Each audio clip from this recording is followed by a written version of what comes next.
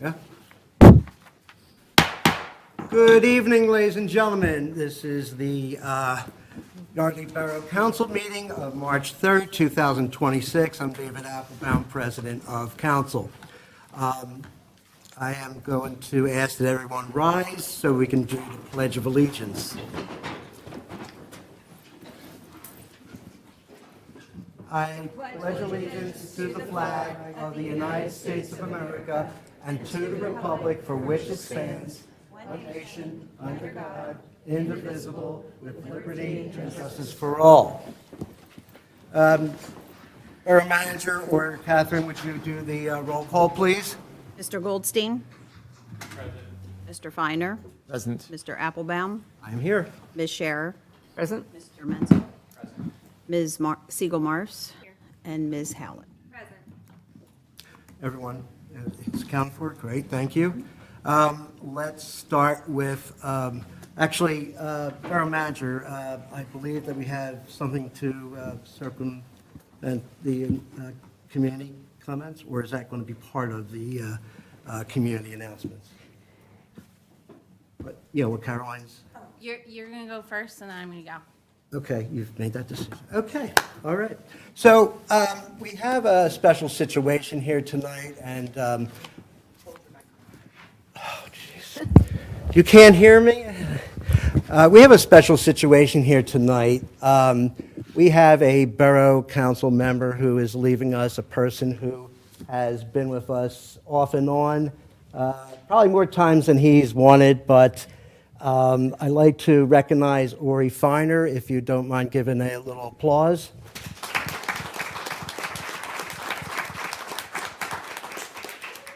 Ori, I'm not sure if this is your fourth, fifth, 10th time on council? Fifth, but I Fifth, lost count. you've counted, yeah. And you initially, I believe, moved here in around 2011 with the idea that you would have a sidewalk by the following year. That's right, and he was no, he wasn't born yet. Well, I have good news for you. We're going to have that sidewalk completed, and I guess that's part of what I wanted to say about Ori. Ori is a person who is committed to our community. He is committed to the projects that he has either, well, in this case, inherited. What's it been, like 30 years? Which is hard to believe, but it's coming to an end soon. And I just want to thank you for your dedication and the commitment that you have for this community. And I'm really sorry that you're leaving because I've really enjoyed our camaraderie, the laughs, but also getting work done. He is truly a person who works hard to benefit not just himself, but the entire community. So, Ori, thank you from me, and I'm sure the rest of the council as well. Mayor, you had a comment and something, a parting gift, I understand? I always have a comment. Or you join me Oh, for a nice photo op. should I come up? You come up too. I did prepare a few words. Okay. Oh no. I'm good. So they say if something calls you once, it's curiosity. Twice, it might be coincidence. 3 times, you start to suspect intention. But 5 times, non-contiguous, that's something else entirely. I think if my calculations are correct, which we just went over, Councilperson Feiner has served during 5 different terms, a mixture of appointments and elections, and we have had council members in the past who have remained for long tenures out of obligation or habit, but to leave in return requires choice. It requires re-raising your hand, and it requires looking at your work, your family, your calendar, your peace, and deciding 5 times over that this borough is worth giving up a little bit of your work, of your family, of your calendar, and yes, a little bit of your peace as well. Ori kept responding to a call that he felt, not because no one else would sit in his seat, but because there was still something in him that felt responsible for the outcome of council work. As I reflect on one, what I can learn from Ori, and there are so many things, and two, what Ori hopes the council he steps away from will accomplish. Certainly there are the easy answers, that walkability continues to be prioritized, that open space is thoughtfully cultivated.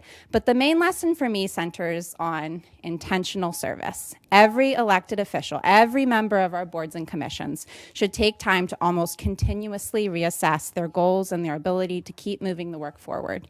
Not phone it in, not just show up on Tuesday for meetings, but to ask regularly and honestly, am I still the right person for this role, and is this role still the right fit for me? Public service should never be automatic. It should be chosen and rechosen with clarity. Leadership is strongest when it's intentional, and thank you, Ori, for being beyond intentional with your leadership to this town. So we got some other departing council members' plaques when they left, but I think I'm accurately stating that Ori does not value clutter or useless items. So thinking outside the box, we kept coming back to what we affectionately call the Ori uniform, which consists of a Patagonia quarter zip and some sort of dry fit transitional pants that you could wear on a hike or to a business interview. So for your gift, Manager Johnson got you this beautiful Patagonia quarter zip, and it reads, Councilman Ori Feiner, may your sidewalks always connect. Oh, wow.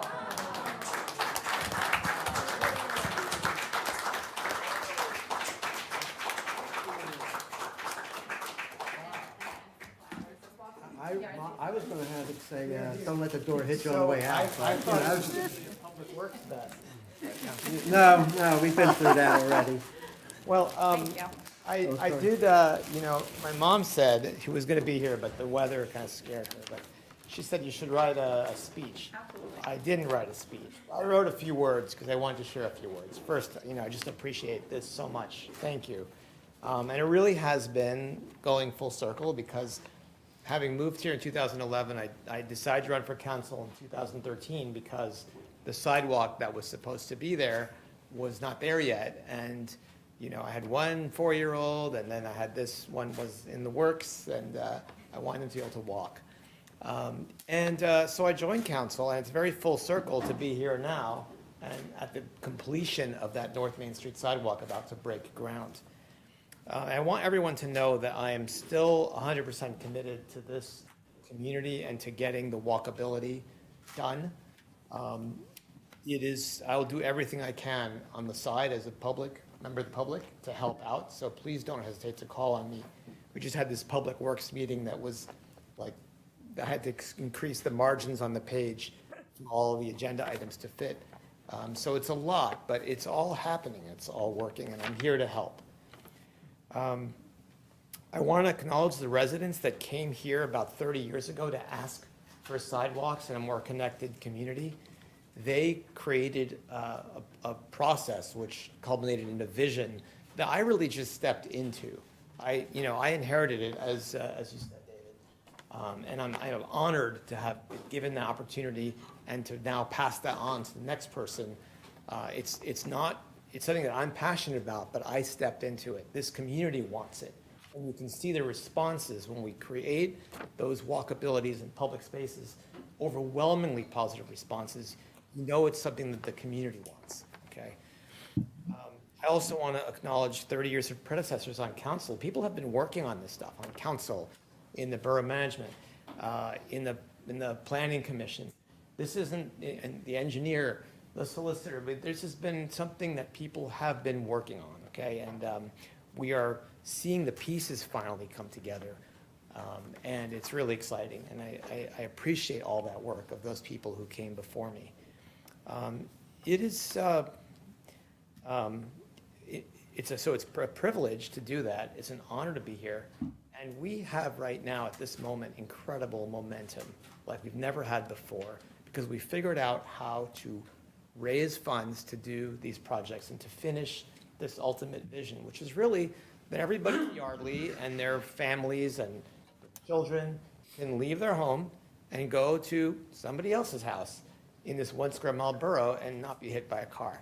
I don't think it's too much to ask, and we're actually at a place where we can see the end of that happening. final thing I'll say is, and you kind of alluded to it, past experience, I will never say never, because who knows if I'll be back again, if you'll have me, and if my circumstances allow for it. But I will say that I'll be here as a member of the public. I'm happy to contribute in any way I can.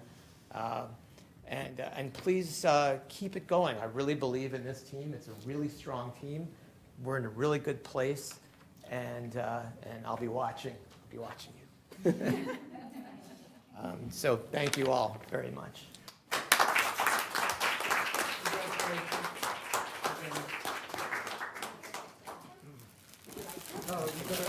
Okay, great. If you like, yeah. I mean, why not? You have to put the camera down, though. Someone else can do it.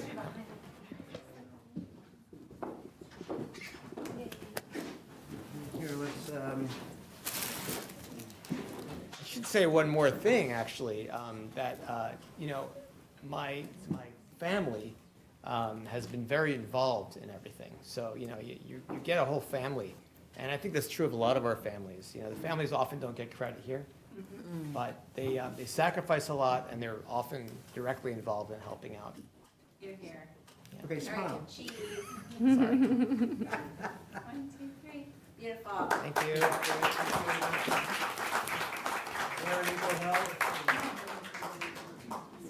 Okay, sorry, I'm gonna have to ask. I slide by. Thank you. The next part of our meeting is community announcements. Are there announcements from the table? Yes. Thank you. Gather Place continues its America 250 programming, and we'll host Women's History Month programming all month long, every Saturday from 1 to 3 p.m.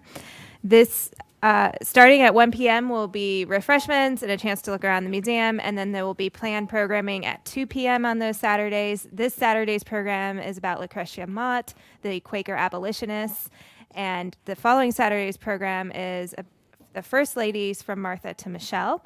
RSVPs are encouraged. I was at last week's program. I think it was almost totally sold out, and RSVPs can be done at gatherplacemuseum.org. Thank you. Martha to Michelle, you mean? You Martha Washington. Oh, to okay. Michelle Obama. Very, I was confused. Are there any other announcements from the table? Yes, sir. I've got one. So on April 11th, the Friends of the Delaware Canal are doing their annual canal cleanup day. So if anyone, so as you know, the canal runs through the borough, and they'll be looking for volunteers to help cleaning up various sections of it. I'm a canal tender, so I'm going to be helping out, for sections of it around the borough. But if you are interested, please contact the Friends of the Delaware Canal to sign up and volunteer. So it's usually about an hour worth of work. And, or you can contact me directly. I can get you in touch with the folks with the Friends of the Delaware Canal. Thank you. Anything else from the table? Are there any community announcements from the public? No? Okay. Oh, yes. Oh, I'm sorry. I didn't see you. Julie, go ahead. Turn the mic around, please. Thank you.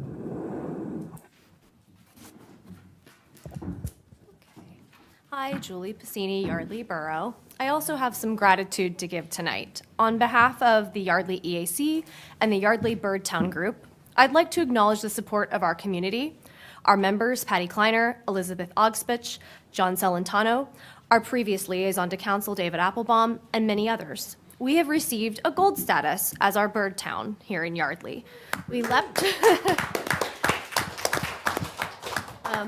We started in February of last year at a green status, and we leapt to gold this year. That means we completed all of our goals in the 5 strategy areas that they have and achieved 25 or more points in each of those according to their grading system.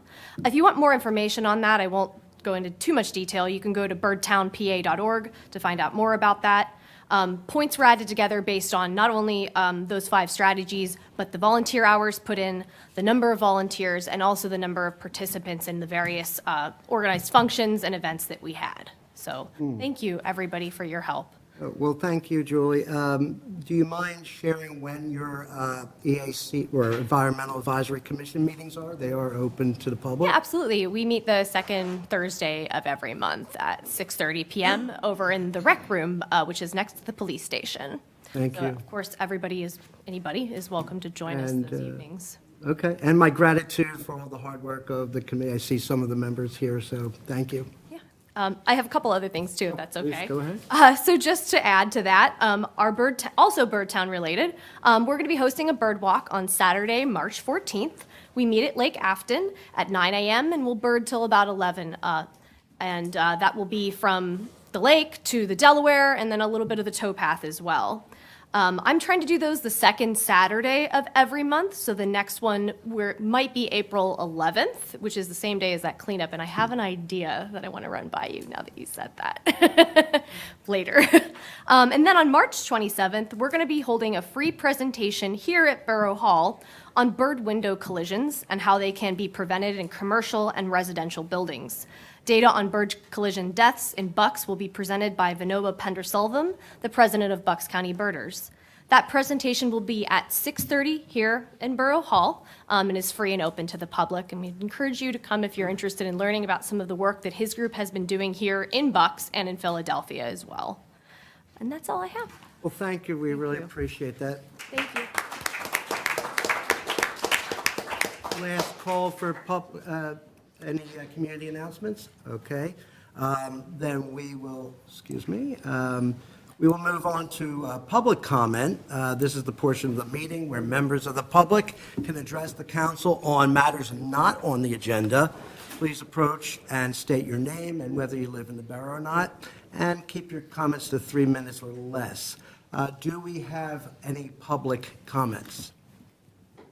All right, not everyone at the same time. Thank you. All right, then I'll move on. Excuse me. Pardon me. So we're going to move then to the consideration of consent agenda dated March 3rd, 2026. We have 4 items.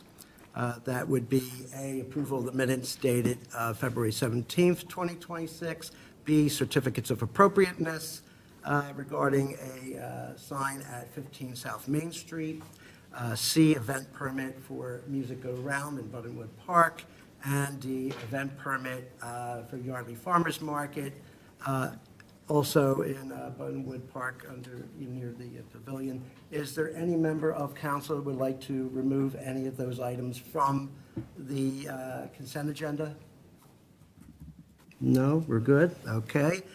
Then I would like to ask for a motion to vote on this. So moved. And a second? Oh, good. All right, so Councilwoman Scherer has made a motion, and Mr. Menzel has seconded. All those in favor? Aye. You know, I'm so glad you're sitting here. That's right. Does anyone have any discussion from the table? And from the public? All right, thank you and forgive me. Then I will ask for those, all in favor? Aye. Okay, no nays and no abstentions. That means it passed unanimously. All right, thank you. All right, then we'll move on to the finance report. This will be the consideration to accept the March 3rd, 2026 finance report. Anyone, Borough Manager, did you have any comments on that? Okay. Anyone have any comments from the, reading the notes from the agenda package? No? Okay, so then I'd like to ask for consensus. If no one speaks, I'll just accept that as consensus. And that has been consented. All right, thank you. Police Chief, Police Chief Golden, do you have a report for us tonight? Yes, Mr. President, I do. Thank you. Good evening, honorable members of council. Good evening to the general public this evening. For the month of February, the agency had responded to 553 calls of service. Of those 553, 207 of those were proactive premise checks throughout the borough. We had issued 2 parking tickets. The agency also conducted 132 traffic stops. Out of those 132 traffic stops, 60 citations were issued to motorists. We investigated 3 traffic accidents, 1 DUI arrest, 1 other arrest, and that concludes my report. Oh, also, thank you, Mr. Feiner, for everything you've done while you were on council as well. Thank you. Thank you, Chief. That concludes my report, Mr. President. Thank you, Chief. Manager's report. Now you can comment. I got you. We continue to work with our auditor for the 2025 audit. We believe we're nearing the end. He did spend some time here last week in Borough Hall going through additional items. Fingers crossed, it looks like we won't need a single line audit for this year, which will save us a considerable amount of money as well. We attended a Zoom meeting with Councilwoman Howlett with Keystone, talking about information on the EIT. As you saw, we have 5 applications for the soon-to-be vacant seat on council. I reviewed and checked all the references for those. We're still low on salt, so hopefully we are done with our winter storms for this season. The HARB interviews will be at our next meeting, where we will be interviewing 3 additional applicants that we received. Still a major uptick on our right-to-knows. We're keeping Catherine busy, so keep watching for your emails for information that will need to be sent to her. Zoning is slow, only 2 zoning permits this month, and building permits as well was very slow, only 2. No zoning hearing boards for February, and we're not seeing anything for March as well. Also, keep in mind that Main Street will be closed. The Sewer Authority did confirm the project is supposed to start next week, so between March 9th and March 11th, between the hours of 9 a.m. and 3 a.m., it will be closed between College and Letchworth. And that is my report. Thank you. Good job, and just want to recognize Catherine. If you're not familiar with her, she is helping us in the office with our TK requests and taking notes at the meeting. So thank you for all your hard work, and keep up the good job. All right. In that case, I'd like to move on to the engineer's report. Mr. Engineer. Thank you. We've issued our engineer's report. It's included in your packet. Are there any questions? Yes, 31 College Avenue, I know the applicant is preparing for escrow release number 2, and you're reviewing closing the project. Could you give us an update on the stormwater situation on that project? The stormwater basin underneath the field is installed. The applicant has just recently submitted a resubmission for some additional improvements that were not depicted on the previously approved drawings, so we're currently looking at those. So they've been progressing. They're making good progress, and they're looking forward to start up construction once this weather breaks out as well. Manager Johnson and myself met with the applicant last week, and and so everything's pretty good, so we'll keep things moving. They did submit the escrow release to us today, so we're reviewing that, and hopefully we'll have that on the next council's agenda. Any other questions for the engineer? I do have one more question. If you could just, for the benefit of the public, comment on any further information on when we can break ground on North Main Street? Yeah, for North Main Street, we did reach out to G&B Construction. They are the borough's contractor. We're hoping to start mid-March. As I learn more information, we'll be sharing that. I'll be coordinating with Manager Johnson so we could update the borough on those activities. Well, that is welcomed information, and I'm sure you're pleased too. Very much so. My last day on council is March Your last day, 14th at your last 11. meeting. But my last day on council is March 14th, 11:59 p.m. So if you could break down the ground by then, I'd really appreciate it. We'll try. Okay. Solicitor, do you have a report? I do, thank you. So as you know, I attended a number of planning commission meetings with regard to the Yardley and land development before it came before you for your approval. At the end of one of those meetings, they did request that I come to one of their meetings just to discuss generally the definition of land development under the MPC, as well as some options for possibly amending that definition. Their concern being that they'd like to broaden the number of applications that come before them. So I did meet with them for about a half hour on February 12th. On February 25th, I followed up with a memorandum to them just explaining some options that they could take, mainly related to some of the discretionary exceptions to land development that's in the adoption by Yardley Borough. So I just let you know this because at some point in the future, you may receive some kind of proposal or recommendation with regard to amending that definition. And that concludes my report. Thank you.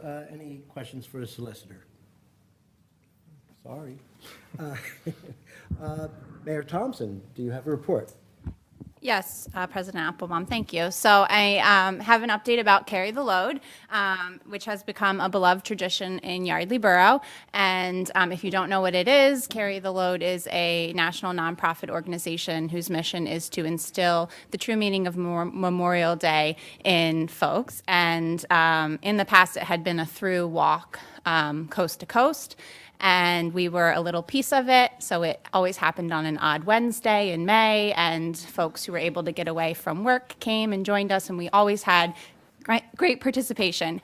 I'm very excited to announce that this year, Carry the Load reached out to us and wants to make us one of their main national events, and it's going to be on a Saturday, May 2nd, from 8:30 until 12 in the afternoon, and it's going to be a little different. So they've changed their strategy from an A to B hike to a A to A hike. So it will start with a rally at the War Memorial at 8:30. Then we will walk in a loop. Permitting is currently going through the DCNR to partially use the canal, but then we'll return on that classic last 1.2 miles on River Road that we've done for 12 years to feel like tradition, and then very excited that this will be a family-friendly event, and it will end at Fitzgerald Field with bounce house and food and war vehicles that kids can experience and learn from. So we're working to put together our vendors and our support for this event, but very, very excited to welcome this to Yardley Borough, and I hope you all will plan to attend. That's very exciting. Is that? That concludes my report. Oh, okay, great. Thank you so much. Council member reports. Kim Segal-Morris, Public Safety and Human Relations. No report this evening. No report. Okay. Ori, this is your last chance. Well, yeah, I have a report, and I will take Councilperson Segal-Morris's allotted time. Okay, wait a minute. So let me start with Planning Commission because there's some news there. I'm the liaison for that. They are regarding the comprehensive plan of the last version of which was 2014, so we're due. They are looking at not pursuing the municipal grant at the moment. They're actually finding other sources to close the financial gap so they can get started with this sooner. And one of those sources is actually one of the people on that on the commission that is doing a contribution, sizable contribution, which is very generous. And I'll stop there because I don't know how much they want me to share about that, but that's good news. So that's going to be getting underway. The other thing that they were been talking about and kind of drilling into the details about is what would be required to move the sculpture that the borough now owns that was donated from the New Hope Council of the Arts to Judy's Garden on North Main Street. And they're just kind of drilling into the details of what kind of concrete pad is required and anchoring and all that stuff. So they're doing good work on that side.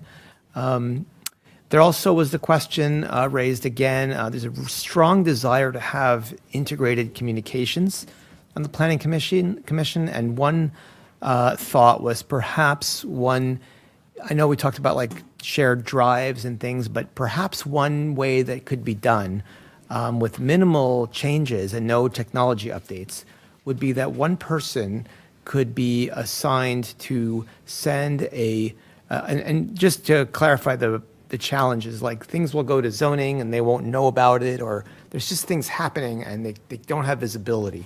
And so the idea is that anything regarding any kind of applications, building applications, zoning, planning, land development, whatever it is, it would just be summarized, just copies sent in a weekly email to all of those, to everyone. So, planning, zoning, et cetera, maybe council as necessary.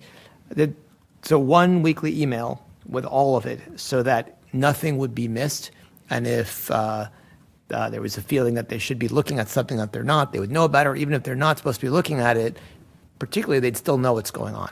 So I'm just throwing that out there as an idea. I think it's worth looking into. It could be taken offline because it doesn't require any new technology. They also were interested in getting updates on the College Avenue Bridge specifically, and now we have Complete Streets and Vision Zero as part of our policies in the borough, that bridge redesign includes access to the State Park / towpath canal. Very, very important. And they are making sure that doesn't kind of slip through the cracks and get forgotten about. Also, they wanted an update on what's any news on the aqueduct on the canal. So that's Planning Commission. With regards to Public Works, the committee met today, public meeting, by the way, first Tuesday of every month, 6:30, public meeting right here. If you care about Public Works, especially things like walkability and drainage and open space, that's the place to be. We pursued a lot of agenda items, but I think the thing to mention is that we now have 3 grants, which is actually 4 grants. The police roof, the drainage on University and North Main Street, culverts, pipes, the Dolington Extension sidewalk and beacons, and the crosswalk grant throughout the borough, the 3 main crosswalks to be updated. Well, 1 to be added and 2 to be updated. So 4 grants where the amount of the grant is less than the amount that we have. So we have to fill that gap with design. It's a design gap for engineering. And that's just the way these grants are structured. So we talked about the idea of packaging some or all of those together in order to pursue grants to cover design. And I think that's a good direction for the borough, and that's a reality of that boroughs have to do today because the costs of these projects has gotten so high, and the construction grants don't cover the design portion. It used to be we were able to cover the design portion ourselves because the amounts were smaller. So if it was, 40 or 50,000, we could do that. But it's not doable when projects are like $500,000 or $1 million or more. So I think that's a good direction for council. We have it in our budget to apply for grants, and I think that's a good direction. Finally, I've been working to pass off my knowledge to this council so that nothing gets lost. Of course, I'll be here if you have questions, but we've been working on a spreadsheet with a lot of tabs, with grants, with the projects. And one tab I created in there was a comprehensive plan tab, because in the past, there's been a disconnect between what's in the comprehensive plan and what council is working on. And sometimes they don't even know what's in the comprehensive plan. And so, for example, at the last council meeting, we had a workshop and we went over public works projects, and a comment was made for the benefit of the public. Hey, this is just a wish list. It's not really, something council agreed on. And I beg to differ, actually. I want to set the record straight. All those items are actually in the comprehensive plan. And I recommend that everybody look in there and see things that were planned. The way you get those things done is you see them, that they're there, and you say, okay, how can we get it done? And what we always hear is that we don't have the money. So our job is to raise the money. That's part of the job. And if we don't have the money is not an acceptable excuse. I'm not trying to say anything negative about people. I just want to share where I'm coming from on that. It's important to know what those projects are because the work has been done to figure most of them out. They're all sitting there, even crosswalks that are necessary, they're all in there. So it's just a matter of looking at it on a regular basis and figuring out what grants, how money can be raised to do those projects. And I would just want the public to know that walkability is something that has been on the priority and commitment level of this borough for 30 years. There's been a tax for sidewalks in the past. to be able to get that done. Now we've figured out ways to do it through grants, but it's all, it's a long process. And I hope that distillation of the comprehensive plan into individual pieces is helpful to continue to get that done. Thank you very much. I'm sorry, is that it? Thank you very much. I appreciate it. And I will then ask Martha Howlett, Councilwoman, General Government Chair, Public Works, and EAC Sewer. Yes, just want to update some items from the budget. So as you can imagine, we are over our annual snow budget. We budgeted about 61,000 for snow removal, and that's the whole year, so including next winter as well. We're at 67,000, it's about 10% over. This has been a crazy year for snow, so not exactly surprising there. And the solid waste collection, we're at 60% of our budget. People are taking advantage of the annual pay. Okay, thank you very much. Councilman Goldstein? No report. Thank you. Councilwoman Scherer? No report. And Councilman Menzel? Okay. I'll take the liberty of just making a couple comments. I would like to, number one, again, remind the public that I have set up an office for myself up here so that I'm available to the public or anyone that wants to meet with me. You can ask the borough manager. I've been here diligently every day now for the last couple of weeks, trying to get things situated and just get a better understanding of how the staff and does what they do and very well, and how I can assist. But as I was saying, I would love if people would use me as a sounding board. I can also deflect sometimes when there are issues of either concern, complaint, or hopefully compliments. You can find my email address on the website, and I just ask that you set up an appointment with me. Don't just show up because I may not be here. So again, thank you, and I appreciate all those that have come to visit me so far, which they've been, just, it's not been very busy. But okay, we'll get there, though, right? And just finally, the other thing that I do mention is the good neighbor policy. The good neighbor policy, in my mind, is not obviously something I can or we can enforce, but the evidence of being a good neighbor was clear during this last snowstorm. People were out helping each other remove snow. There are times when, we've had some passings of persons in the community and showing support for the families of people who have lost their loved ones and just things like that. It doesn't hurt to be good-natured and helpful, and I hope that I model that, and I hope that you'll follow my lead. Thank you.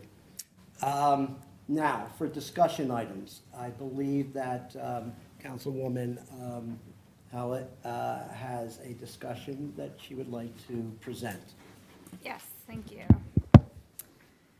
I believe council should begin consideration of an earned income tax, or EIT. This is really driven by our general account day-to-day expenses, which have exceeded our revenue this year and are forecasted to continue doing so in the future. For example, our property and liability insurance went up by 10%, as did our vehicle fuel expenditures, and our police personnel costs went up over 12% this year. Our revenue is simply not keeping pace with our expenses, and we have reached the property tax limit for the general fund of 30 mills. A mill is the tax per $1,000 of property value. We need to consider how to fund our operations going forward. The borough is run extremely frugally, and borough staff has and continues to look for ways to reduce expenses, but I believe we've come to a point where it would be irresponsible to not consider increasing our revenues.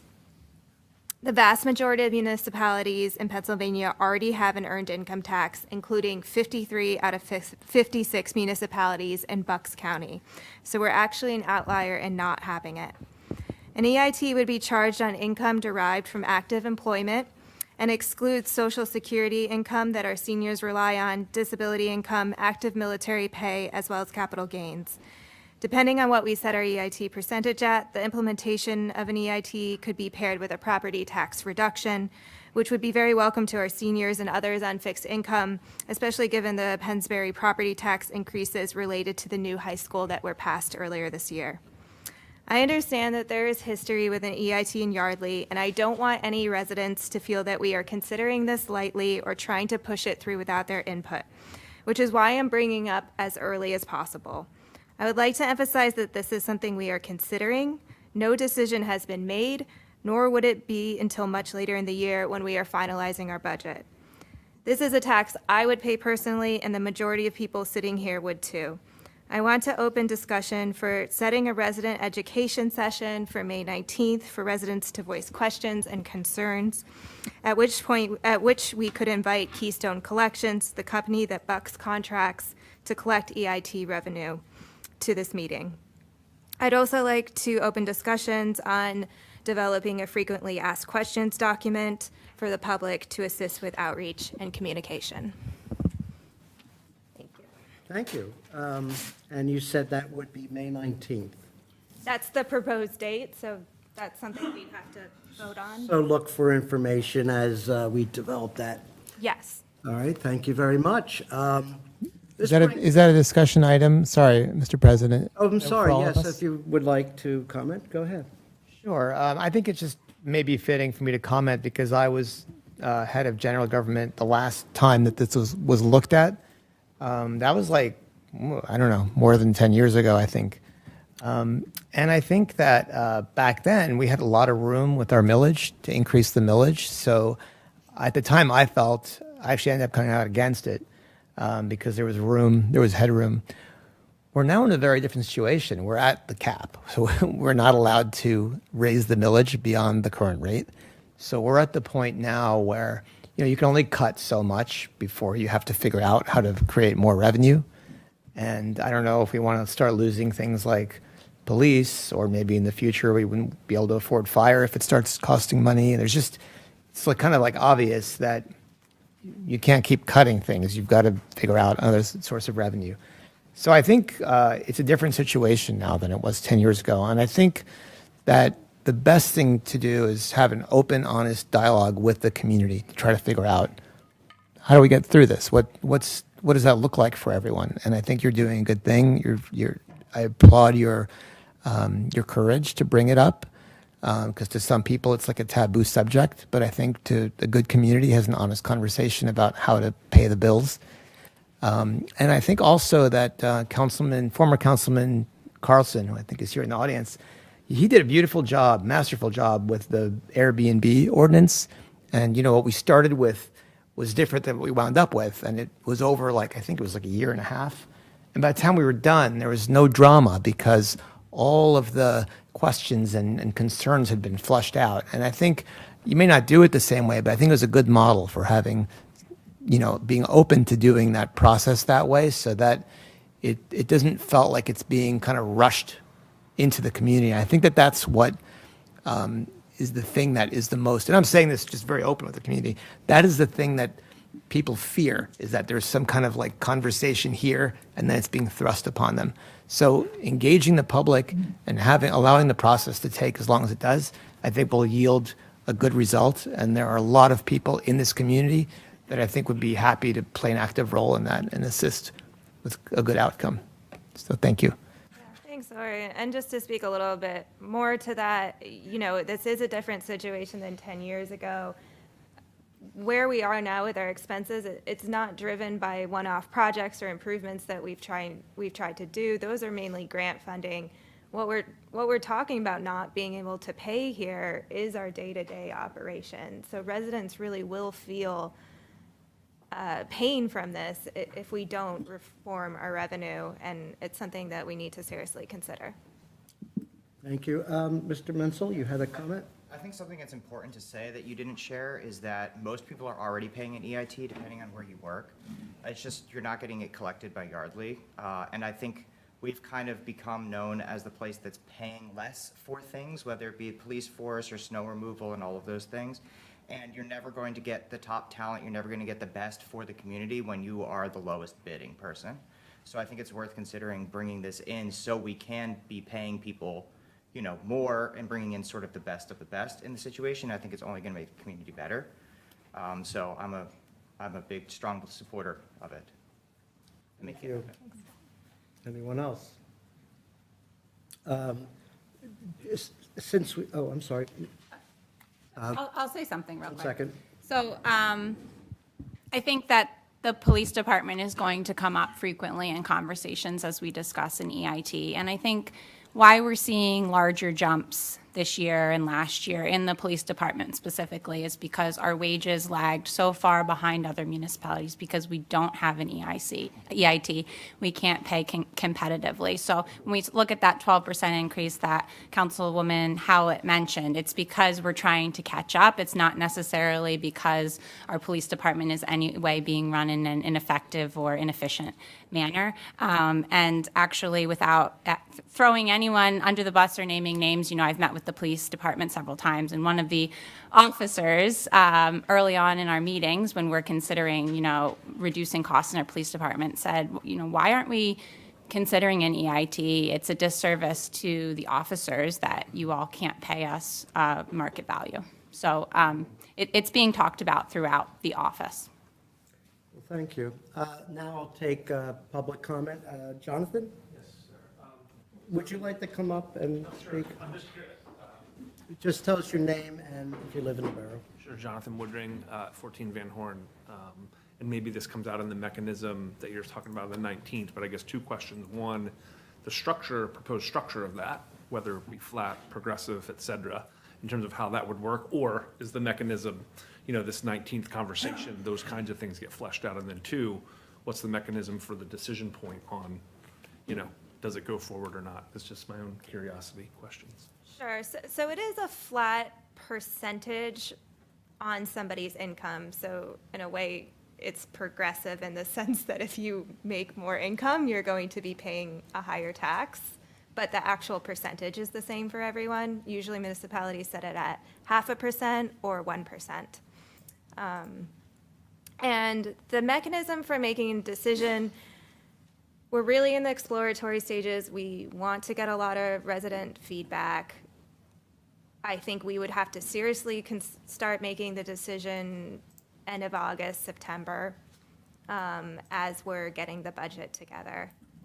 And then we can see what we can do with property taxes, if we have an EIT, all those questions as well.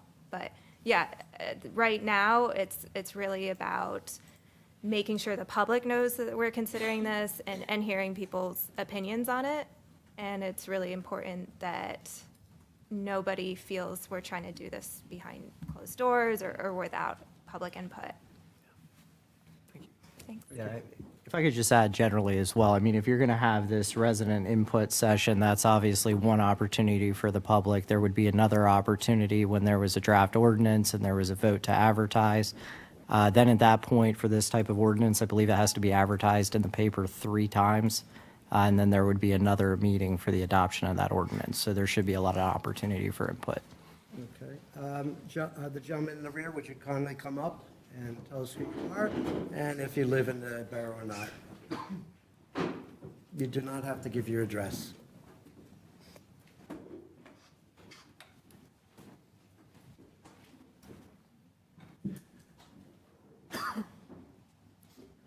Steve Payne, live on College Avenue in the borough.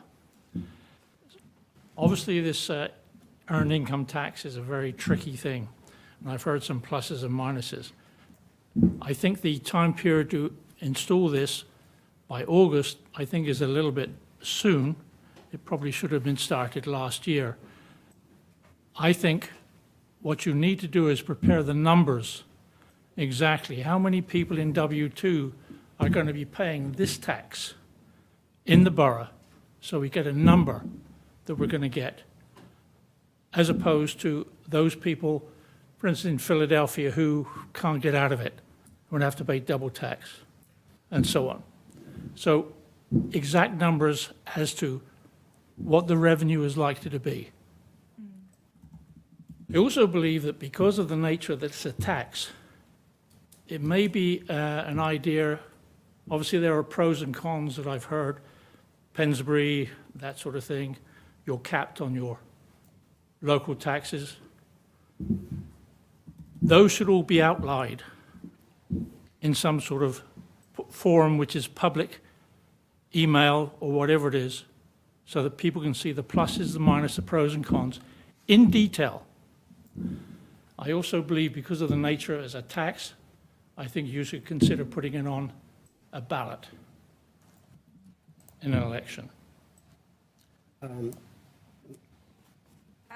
Okay. Can I just Yeah, go ahead. circumvent that? So I wanted to say that without getting into the weeds tonight, because there will be opportunities to discuss this further, I will respond by saying that I am quite pleased with the amount of work and research that has been done thus far. Many of the things that were concerns that you brought up are actually things that we have been discussing. And clearly, Councilwoman Howlett has stated that we are trying to be as transparent and communicate as well as we possibly can so that we have a different dynamic that we had 10 years ago. Not to say that they weren't transparent or communicated, but I think this time around, not only are we going to try harder to get that information out and invite the public for discussion, but also state that the reasons why it's necessary as clearly as possible, because we don't want to be that town, as Councilman Menzel had mentioned, that we can't provide the services that we need to make this a good town to live in. So if you have anything else, I'll give you another minute, but I just want to, just cut, so we don't get too far in the weeds. No, that's fine. Tell you that. Just And I do appreciate you coming here be tonight. open with the numbers, because I've heard, We will do that. W-2s and people, there are pluses and minuses and ways on, some people will pay it, some people won't pay it, that sort of thing, because of the various situations of the various municipalities around us. And just because somebody else pays a tax doesn't mean to say we should. Understood. Did you have any final comments, Councilwoman Howlett? Yeah, I mean, we have asked for estimates based on the state income tax from Keystone Collections. You're right that it does have to be adjusted for what can actually be collected, what people pay to Philadelphia, which we would not be able to recoup. So at the end of the day, it is going to be an estimate that we're able to It provide. should be fairly accurate. You have the W-2, so it should be a fairly accurate estimate, I would So it does change. Yeah, little and bit. then there's economic fluctuation as well. So I wouldn't be able to tell you an exact dollar amount. obviously not an exact, but it should be relatively accurate. Okay, I mean, I think it will be relatively I would, accurate. I would like to just cut it off and say that That's fine. I applaud everyone who's been working on it. They've been really diligent and concerned about As long how as it it's open comes and accurate across. with pros and cons and the numbers, that I'm Yeah. looking forward to seeing that on the email or whatever it is when it's transmitted. And I can just chime in briefly. I'd really encourage you to come on May 19th. At that point, Keystone Collections will obviously come in. They'll show sort of the estimates of the numbers that they believe is likely to be collected, but it is just an estimate. There's obviously credits and other things back and forth between municipalities. If you pay the wage tax in Philadelphia, that's a separate act under the Sterling Act. But you then would get a credit against the earned income tax, so you wouldn't really be paying double tax. But we can lay all that out when that public session occurs. I'll make one final comment. This decision has not been made. This is solely an exercise to make sure that we have, we're able to disseminate good information, get good feedback, and come up with a good solution. Excellent. Thank you for your comment. One other point, if I may, while I'm up here, for the chief, during the closing of the main street between Letchworth and College Avenue. Please give attention to some of the rat race that comes back through Letchworth and up through College Avenue, not only for not stopping at the stop signs, but speeding. Thank you for your comments. Can I just offer a Yes, Mayor, go ahead. light remark regarding the ballot referendum question? So I ran post EIT for my first time on council the year after it failed to pass. And early on in my campaigning, I made a comment on Facebook that I thought we should put it to ballot referendum. And someone who's running against me, who's in this room, responded, you can't put an EIT to vote by referendum in Pennsylvania. And he was right. So, and I think we'll be hearing from him later tonight during the interviews. Wow, okay. Mr. Sadi, come up and introduce yourself and make your comment. Lou Sabe, 20 Creekview Lane. When we moved into town in 2016, this whole topic came out without any communication whatsoever. The only thing we knew was that the mayor had vetoed it. That was all we knew at the time from what the kind of information that we, whether it was correct or not, I don't know. But the point was, as a new resident of the community, we knew very little about this. The other issue that I think, two issues that are very important here. Number one was 2016 was a completely different political environment than it is today, okay? I would hazard to say it was somewhat more toxic relative to taxes back then. Third point, why are we one of the, 3 communities in Bucks County who do not? Bucks County, but in Lower Bucks, is that correct? No, it's the entire Bucks county. County, I'm sorry, I apologize. So I think the answer to that question, which I understand has a lot to do with the millage and a whole bunch of things that I don't understand about finances, explains that this might be one of our only alternatives. And I think that educational element is very important for people to know, particularly the everyday citizen like me. That's my comment. Thank you. Thank you. Good comment. Mr. Stump, former councilman, Yardley resident, come on up. And your neighbor. And Martha's neighbor. What I'd like to say is when I was first running for council, I was adamantly against the EIT until I had a conversation with someone who's in this room. I won't put them on the spot. That educated me on what the EIT is, and I have to say it completely shifted my perspective. A few points that have already been made that I just want to say that I appreciate is that it's fair to senior citizens. It helps seniors to be able to stay in their homes, whereas in other states, property taxes going up and up and up, seniors can get forced out of their homes. Our properties haven't been assessed since the 1970s, which is why we've maxed out the millage. My house, which I could sell for a lot more than this, is assessed at about $22,000. So it's actually a positive thing to not have your house reassessed and to pay an EIT instead, which is why every other municipality in Bucks County has figured out this is the way to go, except Yardley Borough, Lower Makefield, and Bristol Borough. So I want to say, as somebody who is an average resident who is very much adamantly against this, because you're not going to tax me. I worked hard for my money. And by the way, this affects me. I appreciate that it benefits seniors. I'm going to be paying this. I'm going to be affected by this. I don't have to pay this now. This is something that I'm going to have to figure out, especially with expenses of daycare, and got about $4,500 in medical bills sitting on my table now for my other kid, and I'm still for it. And so I want to thank everybody for their transparency. I'm sure that there's going to be a lot of people in here yelling things. Hopefully Larissa won't come in and yell that you better not come home. The personal tax. Like we had 10 years ago. But I just want to say that I'm in support, and I think it's the time to do it. And I hope that residents will engage in this information, because I think so many people just don't have the information. Like what we just saw with snow removal, there was discussion all over Facebook of, oh my gosh, this snow removal job is hideous. I'm going to withhold money on my taxes because this wasn't done properly. But as we learned tonight, we're already over our budget. So thank God we didn't go curb to curb and stack the snow 10 feet high. Where would we have put it?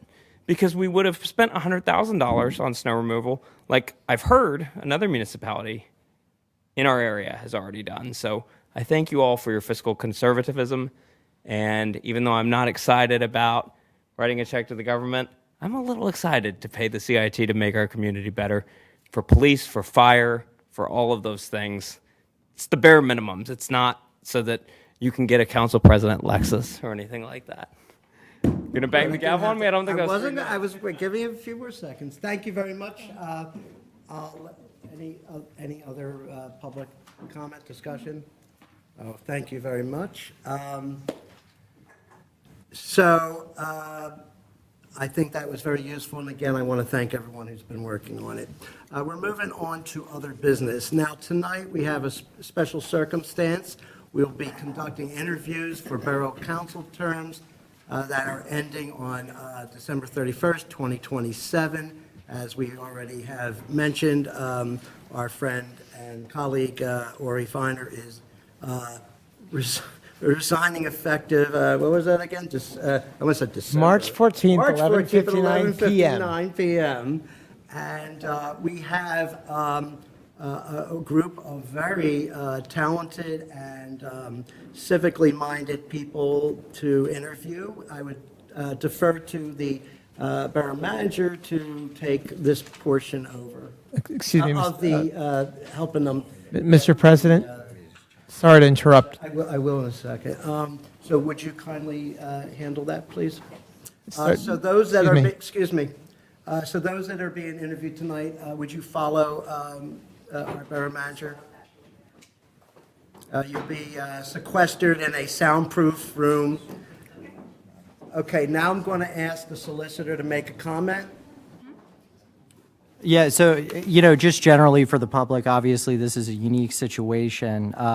Mr. Feiner, he previously submitted his written resignation in writing. That was accepted by Borough Council at a public meeting. Pursuant to the Borough Code, that does not have an effective date until March 14th, 2026. So we cannot hold a vote, on who will actually be appointed for that position until after that date. However, we are permitted just to conduct interviews. Borough Council sets the grounds of how they want to fill that position. In speaking with Council and Mr. Feiner, obviously based upon his long years of service with the borough, they do value the questions that he would ask in an interview and the answers that might solicit. So it's my understanding that he's going to be permitted to ask questions this evening of all of the candidates equally, but he is not a voting or deliberating member. When it comes to who would actually fill that position, that will be decided by the remaining council members. And that will be on March the 17th, correct? Also, what's the holiday? St. Patrick's Day, thank you. Be prepared. Mr. President, may I make Yes, one? Mr. Feiner. Yeah, just please. just to follow up on what the solicitor said. So I have a pre-written question that'll be the same for each candidate. Regarding the process, and I asked this because I gave lots of advance notice so council would have a lot of opportunity. One, that I could transfer knowledge so that it wouldn't be lost. And two, that council would have enough time to find the best candidate to replace my position because it's a bit complex. And I noticed that my resignation being effective March 14th, the position has to be filled by April 14th, 30 days later. The cutoff for applications was February 20th. We're having interviews today, March 3rd, voting March 17th. My question is, why not, I know of one and potentially another candidate who didn't get to be in on this round. Why not open it up? Is there any harm, because I want you all to have the best choice of candidates, to having additional interviews on the 17th and just reopening it if there's anyone out there who might be able to serve. And also, because however the process happened, the cutoff of February 20th seems very early for a vote that's happening so much later. And I know I wasn't consulted on that, but I just wanted to share my perspective and see if you'd be open to that, so that you'd have the best options of people I'll to. quickly address some of that, then I probably will defer to whomever, either borough manager and/or the solicitor. First of all, obviously, we weren't expecting to delay this till the 17th of March, so that's one thing. The cutoff date was February 20th, as I think you mentioned. I've had discussions with the borough manager, and we discussed what it would take if we actually were to consider that, and that would require advertising again. Is that correct? Well, we'd have to post it again on Facebook again as well. But I believe it wouldn't require advertising. We gave residents up to 30 days to apply. We got 5 great applicants. It's not like we're lacking in applicants. It was on Facebook, it was in email blasts, so I think it was very well advertised, and in my opinion, I don't know if y'all agree, but. I would just say that regardless of the circumstances of the person who may be or may not be interested in, being interviewed at a later date, we went through, like you said, a lot of through the motions to make sure that it was done correctly and we got good candidates.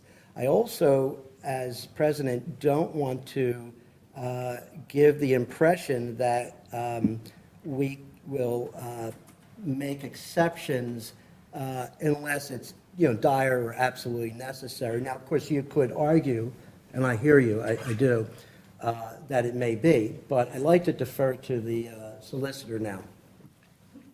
So ultimately, it's within the discretion of council how they decide they want to conduct the process of figuring out who to appoint to that vacancy.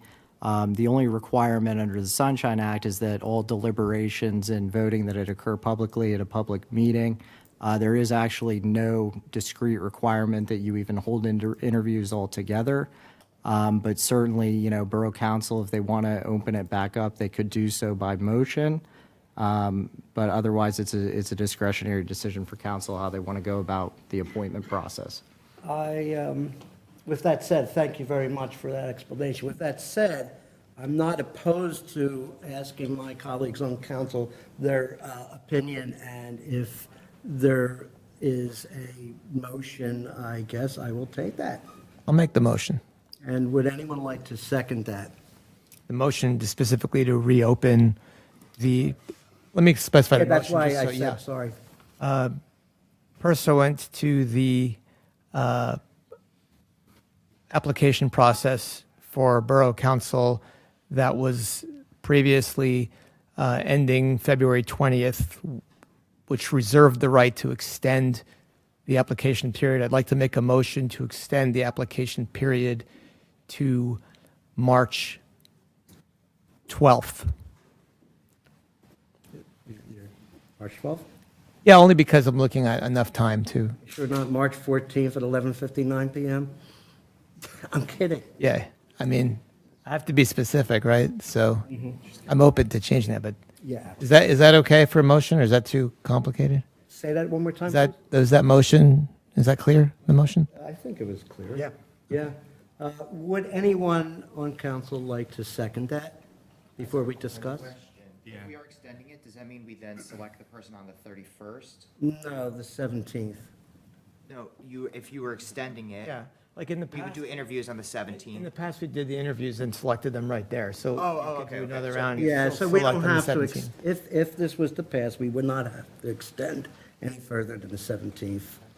And it would be efficient because Ori is leaving on the 14th, and it'd be nice to fill that sooner than later. So I'll ask again, is there anyone that would like to second it? So we would do the interviews on the 17th? No, we're doing the interviews of everyone else tonight, and if there is anyone that would like to be considered, if this motion passes, we can do that interview that night. So we'll do additional interviews. Yes, Mayor. While we're talking about timeline, this vacancy has been apparent for over 2 months. Correct. And a deadline was posted. It could have been any day.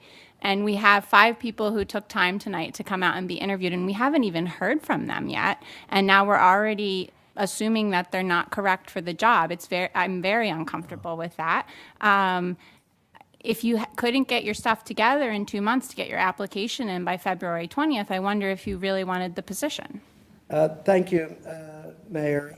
As I said earlier, I personally do not like the optics of making an exception for many of the reasons that you just described. However, we still have a motion on the table, and I've asked for a second several times now, and I have not received one. Is that correct? There's no second? Because we haven't really started discussion yet. I can second the motion, yeah. You do want to second the motion, okay? So we have a motion that has been raised by Councilman Feiner, a second by Councilwoman Howlett. Now I will ask, and please just raise your hands if there's discussion from the table. Can I start with Councilman Scherer? I would just like to say the same thing that has been said, that there was plenty of time for people to apply, and I think if all of a sudden the night that you're interviewing people, you extend it, it's very bad optics. It looks like of those 5 people, we're not satisfied. We think there could be somebody better. And I just don't think that's a good look for us. Okay, is that your comment? That's my comment. That's her comment. Okay, is there anyone else at the table? I will go, Mr. Feiner had his hand up first. Just went. Sure. So go ahead, Mr. Feiner. Yeah, so this is an unusual circumstance because usually we would have the interviews and then the vote right afterwards. So I want to say a few important things. One is that by no means am I motivated by these candidates aren't good enough. I just want council to have the best person for the seat.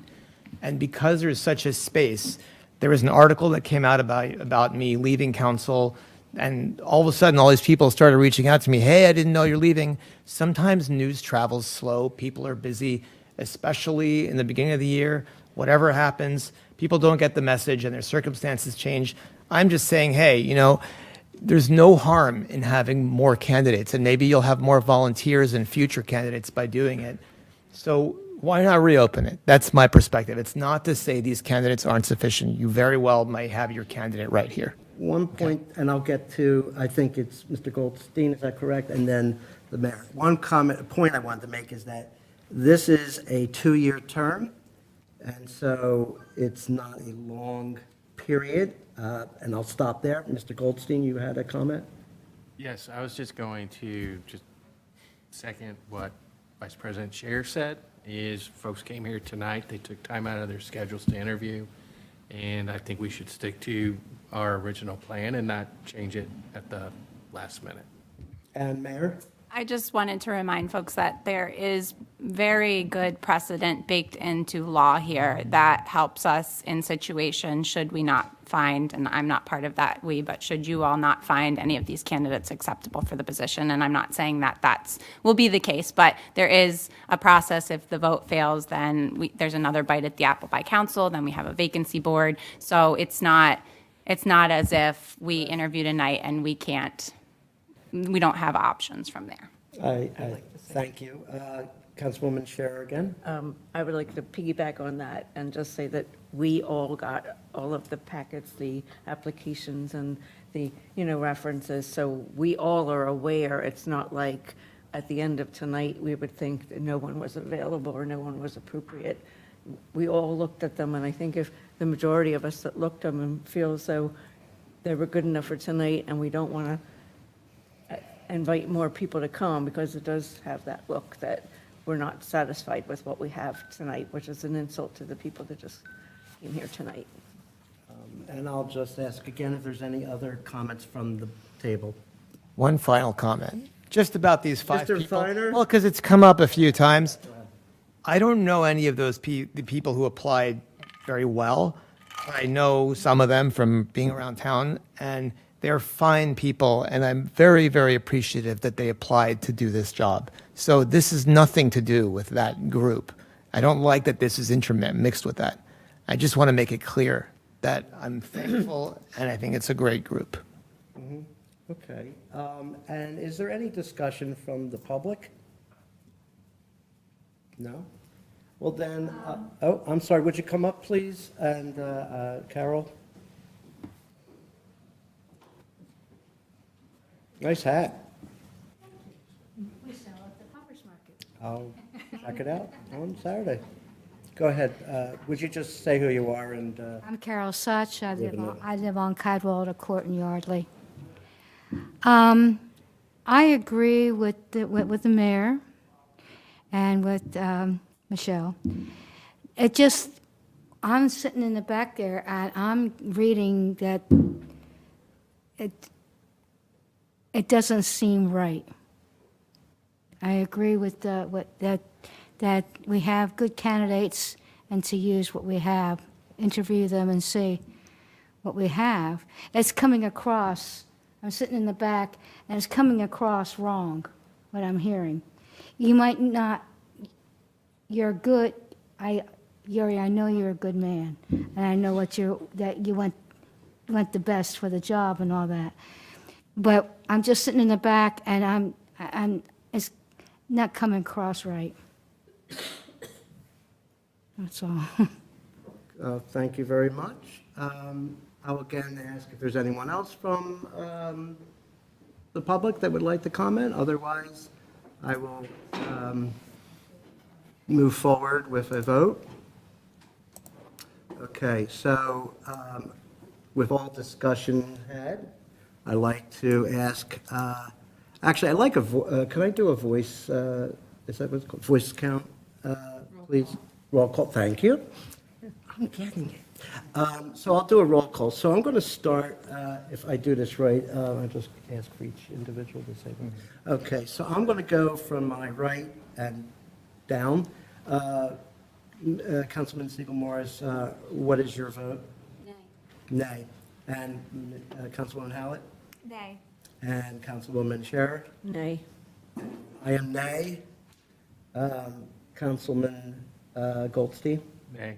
And Councilman Feiner? Aye. And Councilman Menzel? With that, we have a 6 against and 1 for. It is a no on that issue.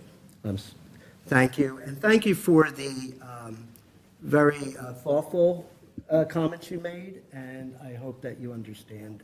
And I won't ask for comments. I don't want to talk any more about this at this point. I do. I'm good. Thank you. Thank you. I appreciate the process, so thank you. Okay. With that said, I think it's time to bring in the candidates, the people, candidates for appointment. See you around sometime. Applicants. Applicants, that's a good way to say it. Oh, yes, hey, just follow the chief out. Yeah. All right. Yeah, I think you should. Okay, so we're going to start with Jonathan Woodring. Mr. Woodring, are you prepared? I see you have your briefs with you. I don't know what that is. You're not going to have that much time. All right, so the way this is going to work for the, pardon me? Thank you. Mr. Woodring, the way this, and the public, is that I'm going to go down the row, and each person's going to have an opportunity to ask questions. If you want to take, I'll give you a minute to kind of give us an introduction if you'd like, and then we'll start the interview process.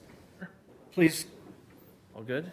All right. Just say who you are. Jonathan Woodring.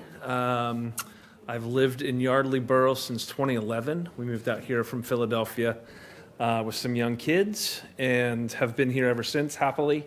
We live up here on Van Horn. Here I thought I had a joke prepared. I was going to come here tonight and not talk about stormwater, but we talked about stormwater. In any case, I know some of you from over the years and being here for various points of business. So when I heard about Uri's resignation, I was interested. I have a background in government. The kids are older now, have a little bit more time, and so interested in giving back to the community And I think there's never been a better moment in time to give back than right now, given what's going on in the world. All right, thank you. I appreciate your comments. I'd like to I will start with Councilwoman Segal-Morris. Good evening. Aye. Oh, sorry, I'm in trouble. Take your time. Oh, no, I always, You want me to start the other direction? no, I didn't have the mic, apparently.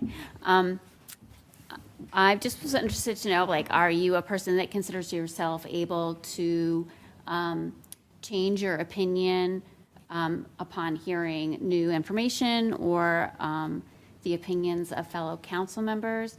I mean, are you willing to, or are you steadfast, in your position? I consider myself very rational.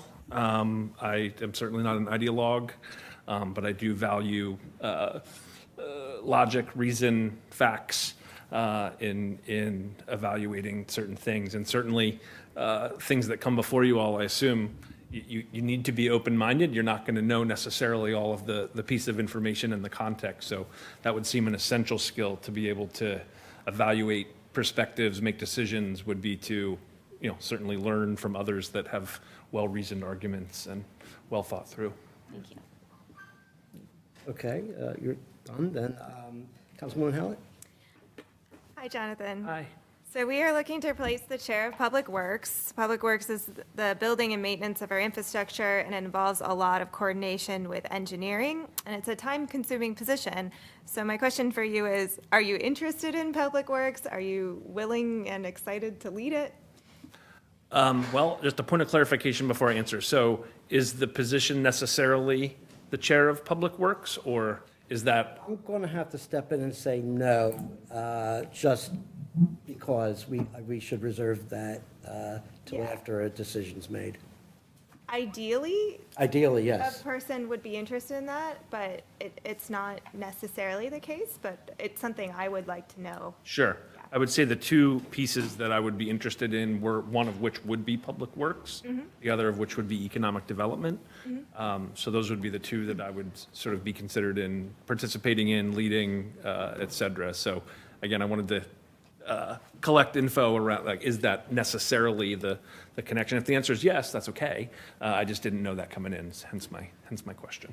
Okay, yeah, you're correct. It is not set in stone that you would lead Public Works. I'm just trying to get a sense of Sure. of interest there, so thank you. Councilwoman Sheriff? Hi, Jonathan. What do you believe are the top 3 most pressing issues facing our borough today? Top 3 most pressing issues facing the borough. Well, certainly the one that was brought up earlier today around revenue and cost seems to be one that continues to come up in some way, shape, or form over the years, and certainly seems one of the most, if not the most urgent currently. Not speaking selfishly, but it's interesting in the conversation in there, all of the conversation was around stormwater and flooding. I think that is another issue that has affected me personally in the borough, but I also think as I got into some of those processes and understanding the ordinances around some of them, I think that's something that is an issue that is extremely urgent, that needs to be carefully considered, thought through, and evaluated. And third, I think something my wife said, something about the figuring out ways to address the connection between parking and economic development that seems to be a thorn in the side of the borough and continuously comes up, seems to be another piece that really needs to be thought through and addressed. Thank you. Thank you. I'd like to ask you a couple things. Number one, I will start with, this is, though not a job, it doesn't pay. Unless, I hope you knew that. I did, yeah. But the issue is that we all treat it like another job. It's not a 2-hour-a-week job. It's something that, depending on what's happening at the moment, what committees or you're working with, or your liaison with, kind of determines how much time you have to put in it. I know you're still, and it's none of my business, but I'll ask this. With that in mind, are you comfortable giving up the time that may be more than just coming to a meeting the first and third Tuesdays? Yeah, absolutely. I mean, I think, as I think I mentioned in my opening or preamble, wherever that was, certainly a significant consideration I've made, and frankly, one of the reasons I haven't done it before. As I think I mentioned, my kids are a little bit older now. I do have more time to be able to commit. My work situation, too, I have a little bit more flexibility. I used to travel a lot. So between a little bit more flexible of a work situation and kids being a little bit older, again, given some of the urgency around getting involved that I'm feeling currently, it feels that the stars are aligned, and I don't see a time commitment issue. I'm one of those people that once I decide that this is something I'm going to do, I've carved out the mental space, physical space, calendar space to be able to do that. Just a second question quickly, and that is, well, as much time as you need. Could you run me through how, we've talked about what interests you or may interest you, issues that interest you. How do you see yourself conducting, and working through issues? And I'm sorry if I'm being vague, but, and I can continue to prompt you, but I'm interested in your processes and how you work and how you've seen how council works. You've met me, Ori, and a former council person, Stump, when you were dealing with the issues on Van Horn and the Creek. Can you just give me an idea of how you would, conduct yourself and lead in those situations that there's a concern or an issue? I'll do my best. And I'm okay with that. You can prod and poke around as needed. I think first and foremost, I would need to learn. I would need to make sure I understand, the specifics around typical protocols and how those things are conducted. To your point, David, I have been here, I've observed and participated, but certainly would need to have training, ask questions, and understand. I guess I consider myself somebody that's probably inclined towards being a natural leader, being somebody that's not going to necessarily just participate, but more just assume a leading role in those things. That said, I need to be able to learn and be steeped in those things. What is what would you suggest is one of the most, and this will be the last part, the most important thing to be able to learn about issues, especially when residents are coming to the chamber to discuss them? Or even contact you through email and asking you questions? What possibly could that be? I'm sorry. I'm asking you, what could you do, or what would you do to be able to understand these issues better? As you said, you need to learn. I would probably converse with people that have had more experience and, at bats in hearing and dealing with those kinds of things. So I think it would be conversing and collaborating with those that have a little bit more seniority and experience in said dealings, if that makes sense. And I would just add, listen to the folks that are coming in, and that wasn't a criticism. Mr. Goldstein. So hi, Jonathan. Welcome. Thanks. So being on the council, you're going to be working with a lot of different people on the council and with the community, which means you're going to be collaborating and working in groups. So talk about how you work in groups, and if you could provide a recent example of group work and the outcome. How I work in groups, a recent example, and the outcome. Well, I guess I'm a healthcare executive by day, so I do data and analytics and lead startups and companies and teams that are constantly coming together and exchanging data, exchanging ideas, collaborating to put that together and deliver those to our clients. So I'd say one of the things that I've enjoyed, I took a new job about a year and a half ago and have assembled that team.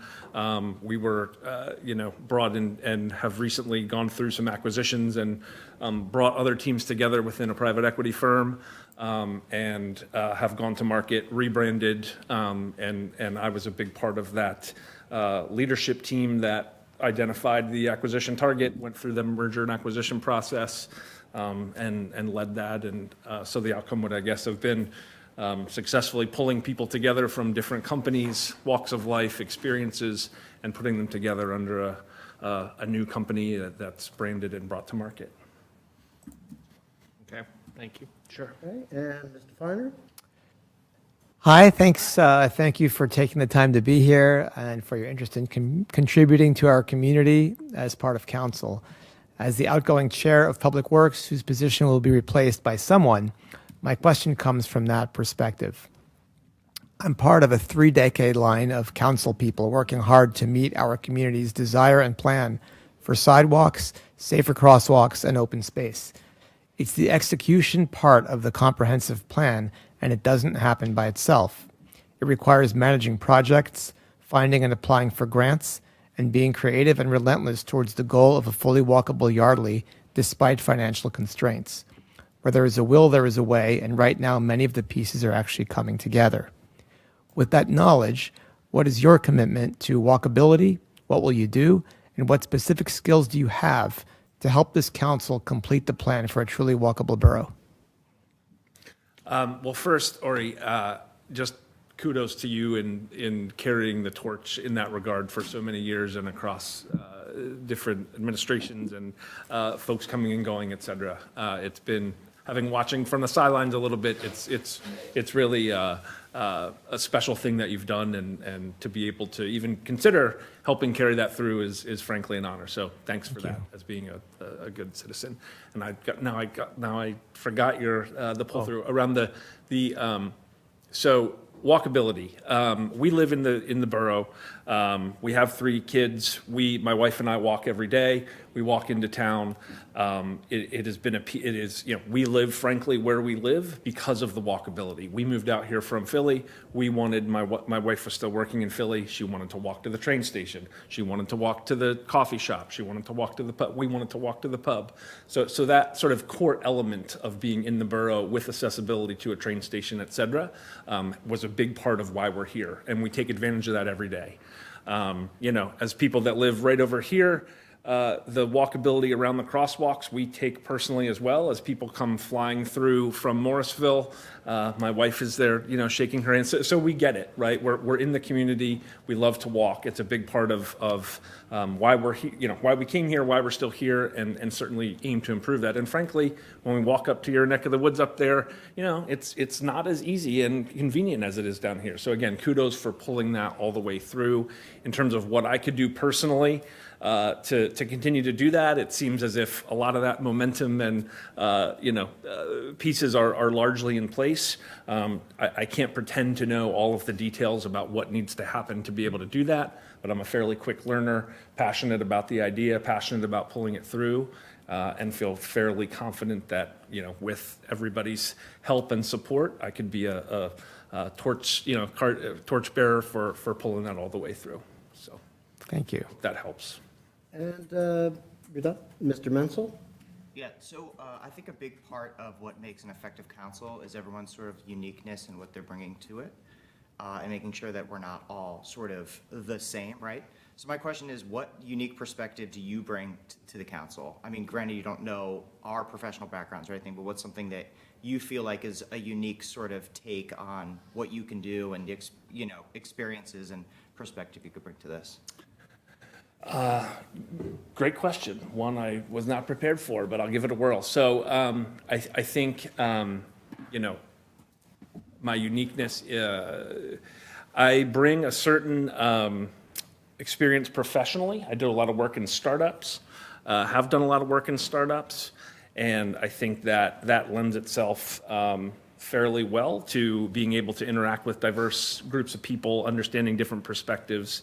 And I think, hopefully that experience translates into having a unique perspective. I tend to hear people out, evaluate all positions, and come to decisions that are firm but flexible. And I think that will serve me well. And I don't know if it's unique so much as it's who I am and sort of what I'm known for. So, yeah. Yeah. Okay. I want to thank you for your thoughtful responses, and I will excuse you if you don't have any parting words. Nope. Thanks a lot. Appreciate it. Thank you. Thank you. Oh, yeah, you can stay. I'm sorry.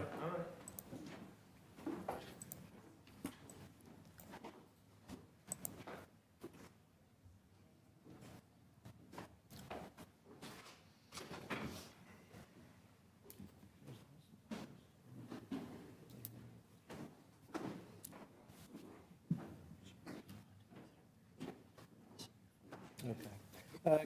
Good evening. Hello. Introduce yourself, and why don't you give us like a minute of an introduction if you have something you want to say? Sure, absolutely. My name's Dan Moan. I live on Longshore Avenue. By trade, I am a software developer. I have served previously on council in the mid-2000s, where I worked on mostly the public works and public safety committees. The types of things that I've done when I was on council is maintain the borough's street plan. I was also heavily involved in FEMA. We had 2 floods during the time I was on council. I've testified before Congress regarding flooding and worked very hard to work for elevation grants from FEMA for the borough. I supervised or was in charge of the South Main drainage implementation, which was basically a PennDOT project at the time. So it was more about relationships and being a pain to the project manager to make sure everything got done. That particular project was actually done, secured by a previous council, and it was kind of on the docket, and we did our best to move it through, which it eventually did do. I've done the cable franchise agreements, trash contract. You talked earlier about the sidewalk tax projects. I was involved with those up on College. I remember specifically the one that goes up the hill there. I worked on the police contract and code enforcement. All right, well, I'm going to stop you. Yeah. I believe that we have a lot of that information in our packets, and truly appreciate your previous service, by the way. So again, thanks. I'm going to ask people to ask some interview questions. Take the time you need, but I'll probably too long, I'll jump in. You cut me off when you need to. Well, I might have to cut off Mr. Feiner, is what I'm saying. I'm just kidding. Why don't we start with Ori, please? Oh, I'm sorry. No offense, Mr. Menzel. I know, I'm around the corner. I couldn't see you. I'm sorry. Pardon me for maybe not knowing this, but what led you to leave council or not run again? A young baby, 3-year-old baby. Okay. When I was on council, I would probably put in, on average, 20 to 25 hours a week. And with a young baby, it just was not sustainable. Great, thanks. That's it. Okay, Ms. Feiner? So at the risk of sounding robotic, I've been asked to ask the same question of each candidate. So I'm going to move into reading this off my I screen. have to hold you to that, but if you care to. It's not my style, but I'm just trying to be on good behavior. So whatever everyone wants, it's fine with me. And so thank you for taking the time to be here and your interest in contributing to our community as part of council. As the outgoing chair of Public Works, whose position will be replaced by someone, my question comes from that perspective. Part of a 3-decade line of council people working hard to meet our community's desire and plan for sidewalks, safer crosswalks, and open space. It's the execution part of the comprehensive plan, and it doesn't happen by itself. requires managing projects, finding and applying for grants, and being creative and relentless towards the goal of a fully walkable Yardley despite financial constraints. Where there is a will, there's a way, and right now many of the pieces are actually coming together. With that knowledge, what is your commitment to walkability, and what will you do, what specific skills do you have to help this council complete the plan for a truly walkable borough? Yeah, so I'm a huge walkability advocate. In the past, I have worked on sidewalk projects here in the borough, so I know in general what they involve. A lot of the ones that we worked on were from the sidewalk tax, where we had funding to do it. I still believe that we leveraged that funding as part of on the Afton Streetscape, which was actually a Jerry Taylor's project. But we leveraged some of those tax funds to do the matching grants for those types of things. I walk around the borough every morning, and so it's one of the reasons that we live here. Something else I think that I would like to focus on, not on the walkability side, is the public safety component of it. I've tried to cross the walks, here in the borough, and some people are obey the law and allow me to pass, and many do not. And I've always been an advocate for, instead of speed traps, that we have pedestrian traps, where we have our police monitoring those types of things. The other part of the public works, I'm big on the blocking and tackling of public works, the street plan. Grants are not as available for actual streets, so that option is generally not available to you, but you have to have a plan. Otherwise, we're going to wake up one day and all our streets are going to have been decayed, and they're not cheap to do. They're very expensive, and the motor fuel tax comes nowhere close to covering the actual cost of repairing the streets that we have. So I'm super committed to it, and I've got a track record of getting those things done. Okay, thank you. Thank you. Mr. Goldberg.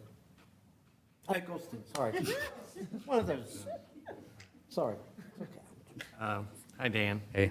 So, working on council, you're going to be working with other council members, people in the community, which means you're going to be working in groups and collaborating with different folks, whether on council or in the community. So talk about your experience working in groups and collaboration and provide a recent example and outcome. So a recent example would be I'm actually on the police planning committee, where I am doing exactly those things, working with the group. You can talk to any of those members if you want an evaluation of my abilities on doing that. But that's my most recent example. I was on council for 4 years, so there are no lone wolves on council if you want to get anything done. It's about building consensus and educating each other. We all can't know all the details of all the different committees, so it's real important that as a committee chair, that you are organized and presenting council with the information they need as a group to make a decision. So I have all that experience from the past. Granted, it was, apart from the police planning, it was 20 years ago, but I don't think much infrastructure-wise has changed when it comes to the nuts and bolts of how a borough operates. Okay, thank you. Thank you, Mr. Goldstein. I heard you comment that previously the time commitment was an issue. Now, 20 years later, or whatever it is, how do you, meet that commitment of council, which is more than just coming to the first and third Tuesday meetings? Yeah, that's correct. Well, at this point, I am an empty nester. So all of those children obligations that I've had in the past no longer exist. So that does free up a lot of time for getting back involved with the community. Okay, and just to ask, just quickly, because I think I heard a little bit in your answer to Mr. Goldstein, but could you just, and I've asked everyone this so far, a little bit about your style, the process you use to understand the issues and dealing with the community, maybe leadership, just a quick summary of that. Yeah, so the first thing that I've found is you have to be super organized. There's just so much stuff going on and so much information you have to communicate and you have to ingest. You really have to organize yourself or you can become overwhelmed fairly quickly. As far as my style is to collect the information relative to the decision that we're going to be making and to disseminate it to the rest of the council. And then debate it. And in most cases, I think if you make a case that it's going to benefit the borough, that's all the persuasion that you generally need to make for a council. Okay, thank you. Ms. Sheriff? Hi, Dan. Hey. What do you believe are the top 3 most pressing issues facing our borough today? The most pressing issues, I would say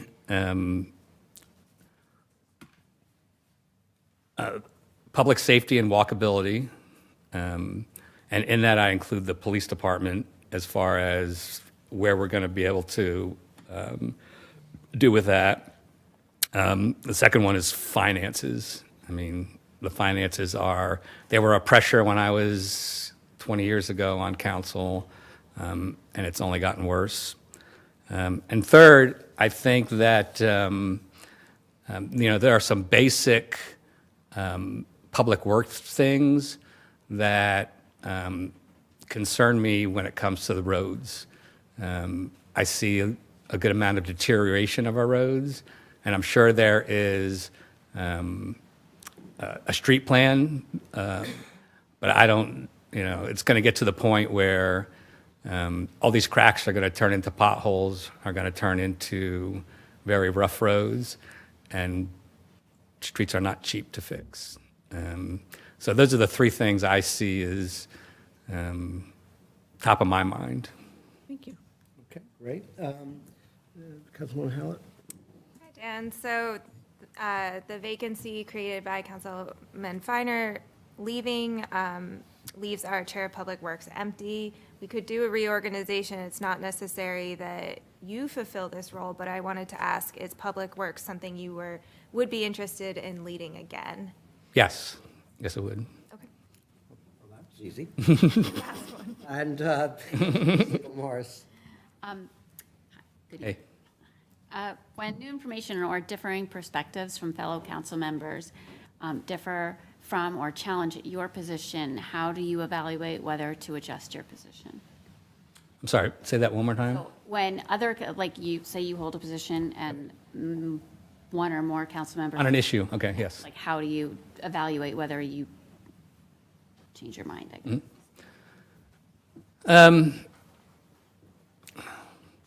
I mean, I think the first criteria is what's best for our community. And I'll use an example. We had a discussion earlier about the income tax. And Jared said that he had changed his mind. Ori had said that he had changed his mind. I don't know that I've changed my mind, but I think that things really have changed since 10 years ago. And this is, from my perception 10 years ago, no one ever made the case in detail as far as where the money would go, right? Everyone had ideas and they had wish lists, but no one really came out and said, hey, this is what we're going to do. We're going to put this income tax in place, and for example, 50% of that is going to directly go to reducing property taxes, right? And then 200,000 is going to go to roads every year, or this or that. And I feel like those things weren't if they weren't thought about, they were certainly not communicated. So I think that with any decision, you've got to have all of the information. You can't just kind of wing it and say, well, we'll see what happens after it comes and how much money we have. That's not really an appropriate answer. And I think when you drill down into those numbers, it becomes clear what the action needs to be. Okay, well, thank you for your thoughtful responses. You're welcome to stay or leave, but thank you again for coming forward today. Thank you. Thank you. Thank you.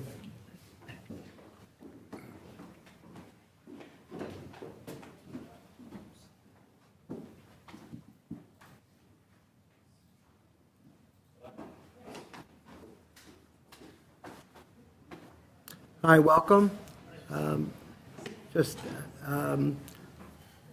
Anthony, do you like to be called Anthony or Tony? Yeah, Anthony. Anthony's fine. Okay, would you just take a minute or so just to do a quick introduction, and then we'll begin an interview process? Sure. So I'm Anthony Tessitore. I'm a parent. I have 2 young kids and a wife. We live in Orchard Hill. I've been in Yardley since 2017.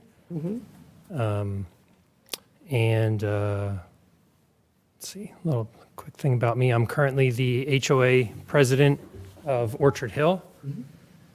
And I'm a Steelers fan. I'm sorry, what? I couldn't hear you. I know. I say that with I'm pride. kidding, I'm just... No, yeah, I grew up in Harrisburg, and my brother and I decided to split the state. So he took the Eagles, and I took the Steelers. I know. My entire neighborhood is rallying to get me to change, so we'll see. Okay, well, you completed your statement. You're okay with that? Good, thank Yep. you. Yes. I'll start now with Councilwoman Segal-Morris. Okay. When differing perspectives, good evening for being here. When differing perspectives from fellow council members challenge a position you may hold, how would you evaluate whether to adjust your thinking or not? Yeah, I think first and foremost, I would just want to hear their opinion and, why it is that they feel that way. I'm a huge proponent of conversation and like the democratic process. That's something that even on our HOA, like we try really hard to do. We have a small board, but we still have very different opinions on even the little things, right? Like what we should spend our money on. We upgraded our playground last year. That was a hot topic that obviously the people with kids really wanted. The people who didn't have kids wanted to spend that money on something else, right?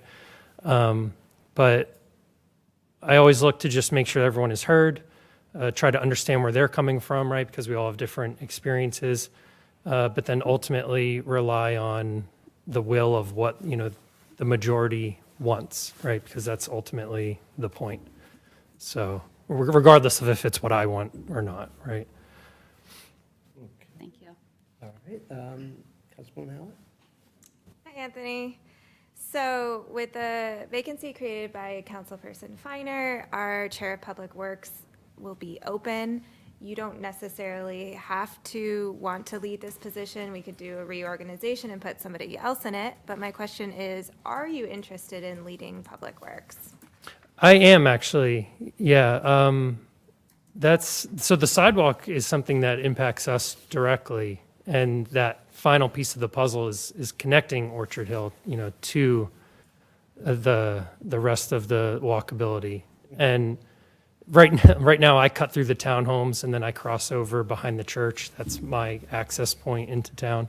So it would be nice to be able to, walk down Main Street as just an alternative, and then have easier access to the canal as well. But Public Works and then also community outreach, those are the two that are of most interest to me, because just since moving here, I've loved Yardley. Like my wife and I immediately knew this is where we wanted to put down our roots and start having kids. And so I personally have a vested interest in wanting to see Yardley continue to grow and be something that like, my kids can walk out their front door and get to town safely. Like that's a huge deal to me. And I know that's also a really big deal to a lot of the members of like my community that I represent up in Orchard Hill. Like they're all really excited about the completion of that sidewalk as well. So being able to work on that directly would be an honor. I'd be really excited to do that. Okay, thank you. Councilwoman Scherer?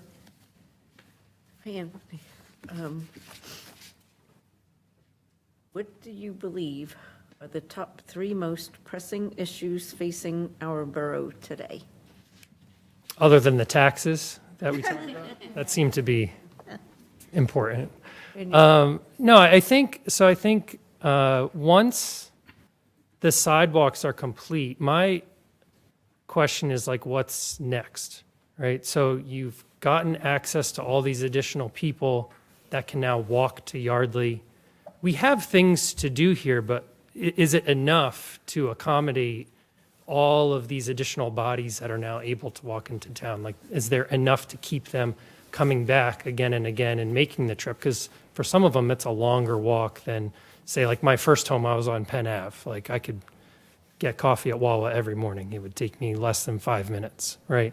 But if I'm making the commitment to load my kids into a stroller and walk them from Orchard Hill all the way down here, I need to know what I'm doing and why, right? And there have definitely been weekends where we want to walk to Yardley because it's nice out, we like the town, but my kids don't want to do the same 1 or 2 things again, right? Because for them, there's really only maybe like the bookstore and burritos was the only restaurant that they would eat at.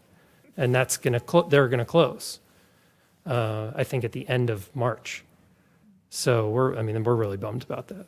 But that's just something that's on the top of my mind is like, what is the council doing to attract like more small businesses, to attract more, I know you were talking about like a lot of outdoor activities, and that is great, like more places to sit outside or experience like the river, those kind of things would be wonderful. In addition to that, I'm just wondering how we can get more attractions, right? Like along Main Street or close enough that all of the sidewalks are utilized, right? Because I feel like you would hate to see them, nobody walking on them, right? That would be sad, but. Thank you. Okay, thank you. So, as you already probably know, there's a time commitment to being on council that extends past just the 2 meetings that we have each month. Mm-hmm. And, this kind of commitment is not a couple hours. It's almost as if we have a part-time job or worse. So it just depends on what's happening, the issues that are happening at a particular time, which committee you're chairing. And, so I'm asking because I care and understand that people have family commitments, work commitments. Tell me about how you would handle this, or if you can. Yeah, no, that's a great question. So my easy answer to that is I currently work from home, and my role right now is that I am the product lead for a software that is sold as a service. I'm in charge of all of the design and development of that software. My team is based in Mumbai, and I set my own hours. So commute must be horrible. Yeah, it's from bedroom to basement, right? Like that's my commute. But because of that, it affords me a lot of opportunities to make sure that I'm able to get done what I need to get done. Like I'm up at 6 o'clock for an hour to talk to my team while they're still awake. Then I'm with my kids to get them ready for school. Then I work with the people here that, I communicate with, like clients and whatnot, but that's sparing meetings. Like my day is segmented in a way that volunteer work is something that's very feasible for me. Whereas like if I had, a 9 to 5 and a commute, I could see how that would be And a just challenge. to add to that, there may be nighttime commitments if you're a liaison to an organization. Just want to throw that in the mix. Right. Just very quickly, don't spend too much time on this, but just think about it. What is your style in a role like? What would you think your style would be in a role like this? The processes that you might, use, and understanding that you'll be dealing with the public and their concerns. So, could you just address that a little bit? Yeah, in terms of like my working style, I'm pretty organized and diligent. I went to school for mechanical engineering, and so I have like a math brain, and spreadsheets are like when I heard you have a spreadsheet and a list of things. Go ahead. I was very excited. I wanted to see the spreadsheet. But in terms of communicating with the public, that's something that for some reason it just kind of comes easy to me. I'm not afraid to meet new people or talk to new people or hear different ideas. I respect that everybody has, their own shoes that they've walked in, right? And I'm more often than not just interested to hear their take before just assuming that, I'm right or something like that. Okay, well, that's, thank you for that. Mr. Goldstein. So being on the council, you're going to be working with other council members and people in the community, residents, business owners. So how do you describe how you work in groups and collaboration, and provide a recent example and the outcome from working? So usually I just try to make sure that everyone is heard, right? That's my role now, like as HOA president. So recently we worked on upgrading our playground. And once we voted and got the funding to do that, then the next major task was like, okay, we need to find the equipment. We need to decide where in the playground it's going to go. Are we going to move anything? Who's going to be responsible for that? Who's going to get the quotes? Like there was a ton of work that needed to be done, and everyone had their own idea as to kind of what should go there and why and where, right? And I think really my style was just making sure that everyone who wanted to be involved and was volunteering their time, right, got the opportunity to voice their opinion and feel like they were heard. And once all of that was done, then we as a group could try to come to some consensus, right, as opposed to just one person deciding everything. Thank you. Ms. Feiner. Sorry, my computer went to sleep as I was listening to you. Not my style to read from a script, a bit robotic for me, but I've been asked to be consistent, so I'm going to read this to you. Sure. Thanks for taking the time to be here, for your interest in contributing to our community as part of council. As the outgoing chair of Public Works, whose position will be replaced by someone, my question comes from that perspective. I'm part of a 3-decade line of council people working hard to meet our community's desire for and plan for sidewalks, safer crosswalks, and open space. It's the execution part of the comprehensive plan, and it doesn't happen by itself. It requires managing projects, finding and applying for grants, and being creative and relentless towards the goal of a fully walkable Yardley despite financial constraints. Where there is a will, there is a way, and right now many of the pieces are actually coming together. With that knowledge, what is your commitment to walkability? What will you do? And what specific skills do you have to help this council complete the plan for a truly walkable borough? Yeah, so I'm definitely committed to that, to making the borough more walkable. Like I said before, like that just selfishly directly impacts me and my neighborhood. But so having the list, as you said, the Excel list of here are all the things that, we have and, what's available to us, like knocking off that to-do list, that is something that I'm definitely ready and capable to do. But in terms of what I bring, I think creativity is a strong suit of mine. As a quick example, when we were doing the playground, we very quickly realized that the budget that we had been granted, like through our vote, was not enough to really do what we wanted to do. We could create a pretty small addition, but we wanted something more given the amount of kids we have in the neighborhood. And so something I came up with was we presented to the entire neighborhood, hey, here's what we can afford on our own as a board. Here's a larger playground that's bare. It has nothing on it, no slide, no toys, anything. We can afford this as an HOA, but we would look to you guys if you're interested to donate pieces. So you can donate a slide or you can donate a toy or whatever for like on top of a railing. Our residents loved that idea. They all donated. I mean, if you go look at that playground, if you ever get the chance, there are these little silver plaques underneath every single piece of equipment that was donated by a family in that neighborhood. And so because of that like fundraising effort and that creative idea, I guess, we were able to install something that was almost twice our budget at no additional cost in terms of the HOA's, dues revenue, not revenue, but, dues, like collected dues. So I guess that's my answer for that one. Thank you. And Mr. Menzel. So, and you probably already answered this, but one of the things that I think is beneficial on the council is everybody having a different perspective and a different way of thinking about things. Aside from being a Steelers fan, what different perspective do you think you could bring to the council, or a unique perspective? Good question. Do you have any engineers? Are any of you engineers? No? Kind of? What kind? Engineering, then switch to physics, mechanical, then switch to physics. Oh, nice. Okay.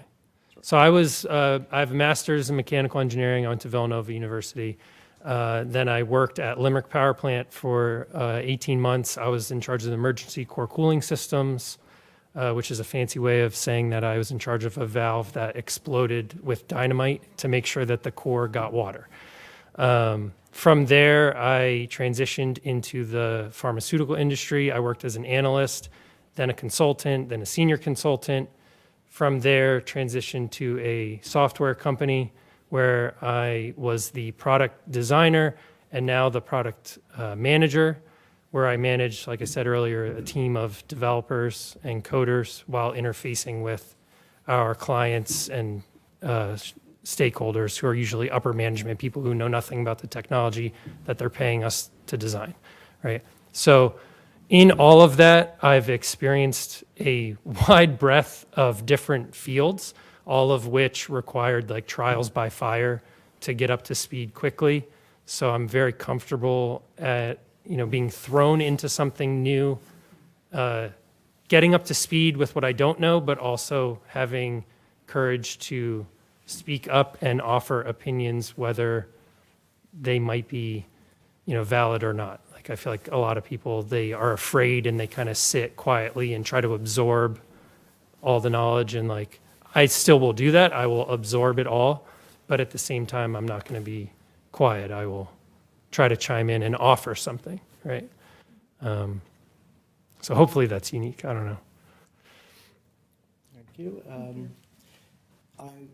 I can excuse you, and you can remain, or you can leave.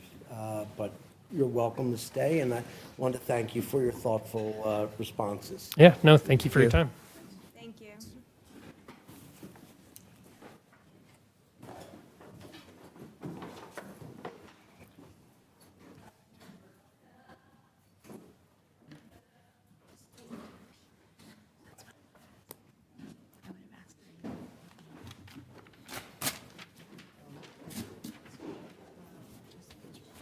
I don't have to ask this now. Never mind, because we're voting. Yeah, I'm sooner like. Good evening and welcome. Well, it's good to be here. Nice to see everybody. I am going to give you a minute or so to kind of give a brief introduction, and then we'll proceed with the individual interviews. Okay, I have a very brief introduction. Mayor Thompson, President Appelbaum, Vice President Shar, members of the Borough Council, borough staff, and members of the community. My name is Lou Sabe, and I'm seeking to be a member of this Borough Council. I live at 20 Creekview Lane with my husband, Michael Mikowski. We have lived in the community for over 10 years, of which 10 have been here in the borough. Michael is a physician in New York City with a practice in Manhattan, and I am a retired Human Resources Vice President with a 40-year success record in both the public and private sectors in various management positions in various corporations, Fortune 100 corporations. I hold master's degrees in psychiatric social work, criminal justice, both from Rutgers University. My daughter Corinne and her husband Eric and our grandsons Mason and Ethan are also long-term residents of Yardley. The boys are attending Pennsbury High School right now, from which Mason will graduate this year. He plans on attending Temple, hopefully. I bring a strong track record of business experience in the consumer products and home building industries, having worked for Fortune 100 companies both domestically and internationally. My offices were in New York, Paris, London, and Brussels for those years. My year as a family court administrator in the New Jersey Judiciary highlight my public service career, which was 9 years, running battered wives. At the time, they were called battered wives. Today, they're domestic violence victims, runaway children, and I oversaw, as a social worker, a family crisis counseling center, which dealt with runaway children and family problems. I've been an active member of the community, both politically and service community organizations, including Bread for the World for local food banks, the Pennsbury Community Choir, and having served as past president of the Yardley Walk Homeowners Association. I was the first president when we came over from Lennar, and I served in that position to get the Lennar transitioned over to an HOA. Thank you. You're welcome. We're going to begin with Mr. Menzel. So I think a big part of what makes a council successful is mixing different skills and things together, as well as different perspectives. What unique perspective do you think you can bring to the council?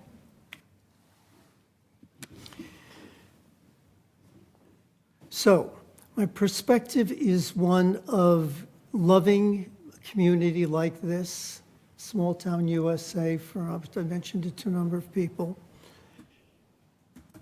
I have a great deal of communication skills, and I have been very effective in doing union negotiations throughout the years in the various corporations that I've been in. And I've also been a very good negotiator since I oversaw different kinds of, in human resources, negotiations with insurance companies for health care, dental care, life insurance, all kinds of policies and stuff like that. So the perspective that I have is one of using my talents in these various areas, in whatever area the council can use. And again, I don't purport to know as much as I should know. Thank you, Ari, for all I learned about sidewalks, and learned a lot from Carolyn about millage, which I had no idea was what it was until I got here to hear that. Excellent. Thank you. Thank you. Sure. Mr. Feiner. Okay, so, I would love to have a conversation that's more my style, but I've been asked to be consistent, and for me to do that requires writing it down and reading it. It's the only way I can be consistent. So here it goes. Okay. I apologize. Thank you for taking the time to be here and for your interest in contributing to our community's part of council. As the outgoing chair of Public Works, whose position will be replaced by someone, my question comes from that perspective. I am part of a 3-decade line of council people working hard to meet our community's desire and plan for sidewalks, safer crosswalks, and open space. It's the execution part of the comprehensive plan, and it doesn't happen by itself. It requires managing projects, finding and applying for grants, and being creative and relentless towards the goal of a fully walkable Yardley despite financial constraints. Where there is a will, there is a way, and right now many of the pieces are actually coming together. With that knowledge, what is your commitment to walkability? What will you do? And what specific skills do you have to help this council complete the plan for a truly walkable borough? Okay, well, I have two large areas of grant experience. One with the federal government when I worked for the LEAA at the time, where we were going for different grants for the state judiciary for the different programs. And I also developed grants for a nonprofit that was looking for foundation grants. We had two different kinds of grants. We had federal grants, and then we had foundation grants. The foundation grants were for educational programs for this nonprofit for whom I had worked, okay? Second, I have loads of energy. I'm very interested in the sidewalks we discussed, okay? And the accessibility sounds to be something that makes a lot of sense to me. And I see it. I mean, I live here, so I know what that is. And I know how significant the access down into Yardley Walk is from Whiskey Hill over there. And then I mean, what the beauty about this kind of walkability is you can go from Whiskey Hill across our mall, you can go over the little bridge into town, you walk around, get your groceries, and go back. Since I also live in Manhattan part of the time, I really love the idea of not needing a car. Now, I'm not going to say you necessarily will get to that point in this community, but at the same time, the more accessible people have, the better off they are. Make no bones about it. I have tremendous amount of energy. I'm retired. I don't have any other commitments except the commitment to this job. If you put me in this job, you will get 100% from me, regardless of what committee you put me on or what kind of job you give me. Okay? So that you'll get either way. I'm not going to argue with you. What was I'm that? looking for 110%, sorry. Okay. Well, I could do that too. Mr. Goldstein. Hey Lou, how are you doing? Very good, thank you, sir. So being on council, you're going to be working with other council members. You'll be working with people in the community, residents, business owners, which means you're going to be working in groups and collaborating on teams. So talk about how you work in groups and collaborate, and if you could provide a recent example and the outcome. Sure. I've been on a number of teams. The most recent team that I've been on has to do with the LGBT ministry for my church. It's a very large team, very much into highly political and sensitive issues. It means that we have to debate issues and then come to a common mind on the goal that we're trying to reach.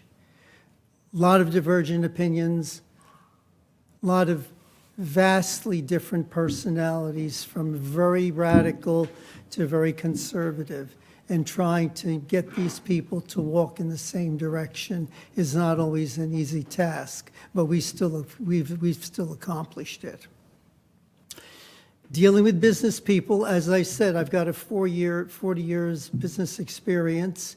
Mostly with more major corporations, but a lot of small companies. On my resume, you'll see I worked for LTS Builders as the vice president of human resources for 6 years, and there were a lot of sub-teams that we had to deal with in the community, particularly with getting groups together on the various property purchases and the zoning and everything else. It was a great deal of work with small groups and small teams within the community. Bottom line is, because it was the Poconos, with a lot of complicated things with the sewage. They didn't have sewers, they had septic tanks, and they had water issues, and they had a whole bunch of property issues, plus they had the issue that sometimes it was a stable community, sometimes it was a transitional community. The challenges were great, but those kinds of things we were able to accomplish, and I thought very well. Am I answering the question? Yes. Okay. Okay, you're welcome. I have a couple questions. I think some of them have been answered, but maybe I can pivot a little bit. And I've known you for some time now, and I know you're good character. The way you're poking the table, though, I'd hate to see you with a gavel. That's all I'm saying. Time commitment, you say, okay, you're retired, and but you also spend time in New York City. I just want to make sure that we're clear about what this is, because it's not just, and I think you understand this, Sure, not just sure, showing up sure. 2 Tuesdays of the month. Sure, and I understand, done, sure. Because there is a level of commitment as potentially of being a chair of a committee. It's also the potential of being a liaison with different organizations that may be in the evening. With that said, and of course, we don't, people value their home life, their family life, their work life, or retired life, whatever it may be. I just want to get balance? I want to get your feedback on that, and if you can manage that. Sure. I'll be very personal with you all, okay? It's real simple. So with the past 10 years, we have spent our times between Manhattan and Yardley. Mostly because in Yardley, where I've young grandchildren, I spend a lot of time with my grandchildren. My husband's practice being in the city, of course. He's a physician. He's there all the time. So we go back and forth. Mike is going to retire. So our plan right now is we are leaving Manhattan. We are selling our co-op on the Upper East Side. As a matter of fact, it's on the market. Our plan is to come 100% into Yardley, so I will no longer be going back and forth. My grandchildren are going to college. Mm-hmm. And we're also going to stay in Yardley Walk as our primary residence. New York is a pied-à-terre. Yardley has been our residence for the past 30 years. So my driver's license and everything else is Yardley. So now I'll have the time, now I'll have the commitment. We won't have the back and forth to New York. And because he's retiring and because I'm already retired, we'll both have the time to devote here in town. And I'll pivot on my second question, which is basically you'll be, if you're in a position of being on council, you're going to be dealing with residents and their concerns. Sometimes it could be very personal to them. What is your style or the process and your communication style when it comes to dealing with this? And then I heard a little bit already, but I'd like to get something a little bit more specific. I'm a social worker by training, and I spent 35 years in human resources management. So my top, when you talk about talents and people, okay?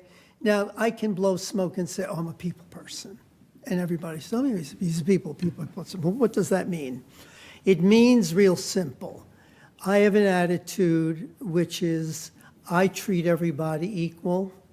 I don't care how wealthy you are. In Manhattan, I deal with extraordinary wealthy people.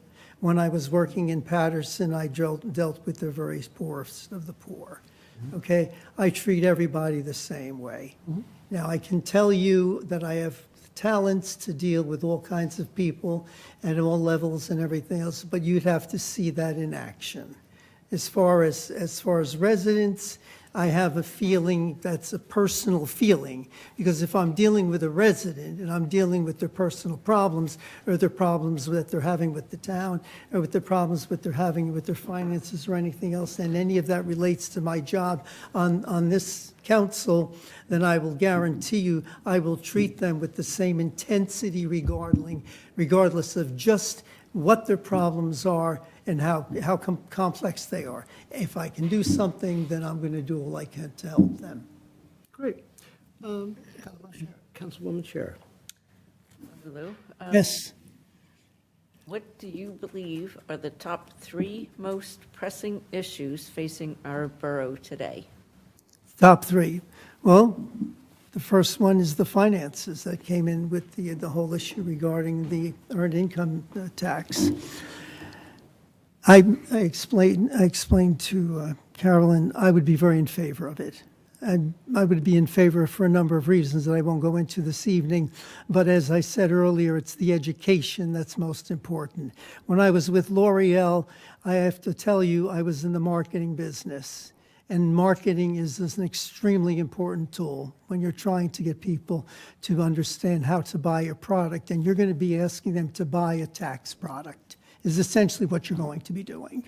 Okay, number one. Number two, I understand the police issue. That we're at a point now where there's a committee that's going over the police, and as opposed to them being an independent police organization, maybe a part of the Lower Makefield Police Department. I also understand that there's an overwhelming desire to keep the police here as our police department. That seems to be the second highest issue. The third highest issue is down the road. I also come to understand some discussions about we're going to need a paid fire department at some time. That's the top 3. So it's the finances, the police, and the fire right now. I don't forget about sidewalks. Okay, but you asked me the top 3. Oh, great. Councilwoman Howlett. Hi, Lou. Hi. So the vacancy created by Councilman Feiner will leave open our Chair of Public Works. It's not necessary that you take on that position. We could do a reorganization and put somebody else in. But I want to ask, are you interested in leading that? Yes. Public Works. Okay. I am very interested in that. I was also in the community outreach. I like that part of it. But I'll go where the need is. And I want to make that very clear to you. If I have a selling point to tell you, it is I am very flexible. I'm not coming in here with any perceived any ideas of what I should do or what I want to do or what you tell me what I should do best, because I don't know what I don't know. I'm not coming in here telling you I know everything there is to be known about the town, about Yardley Borough, or about the council. I'll tell you. You will tell me where I'm needed, and that's where I'll go. And finally, Segal-Morris. Thank you. Good evening. Good evening. When you encounter different perspectives from fellow council members that may or may not challenge your position, how do you evaluate whether or not you will hold your position or change your mind?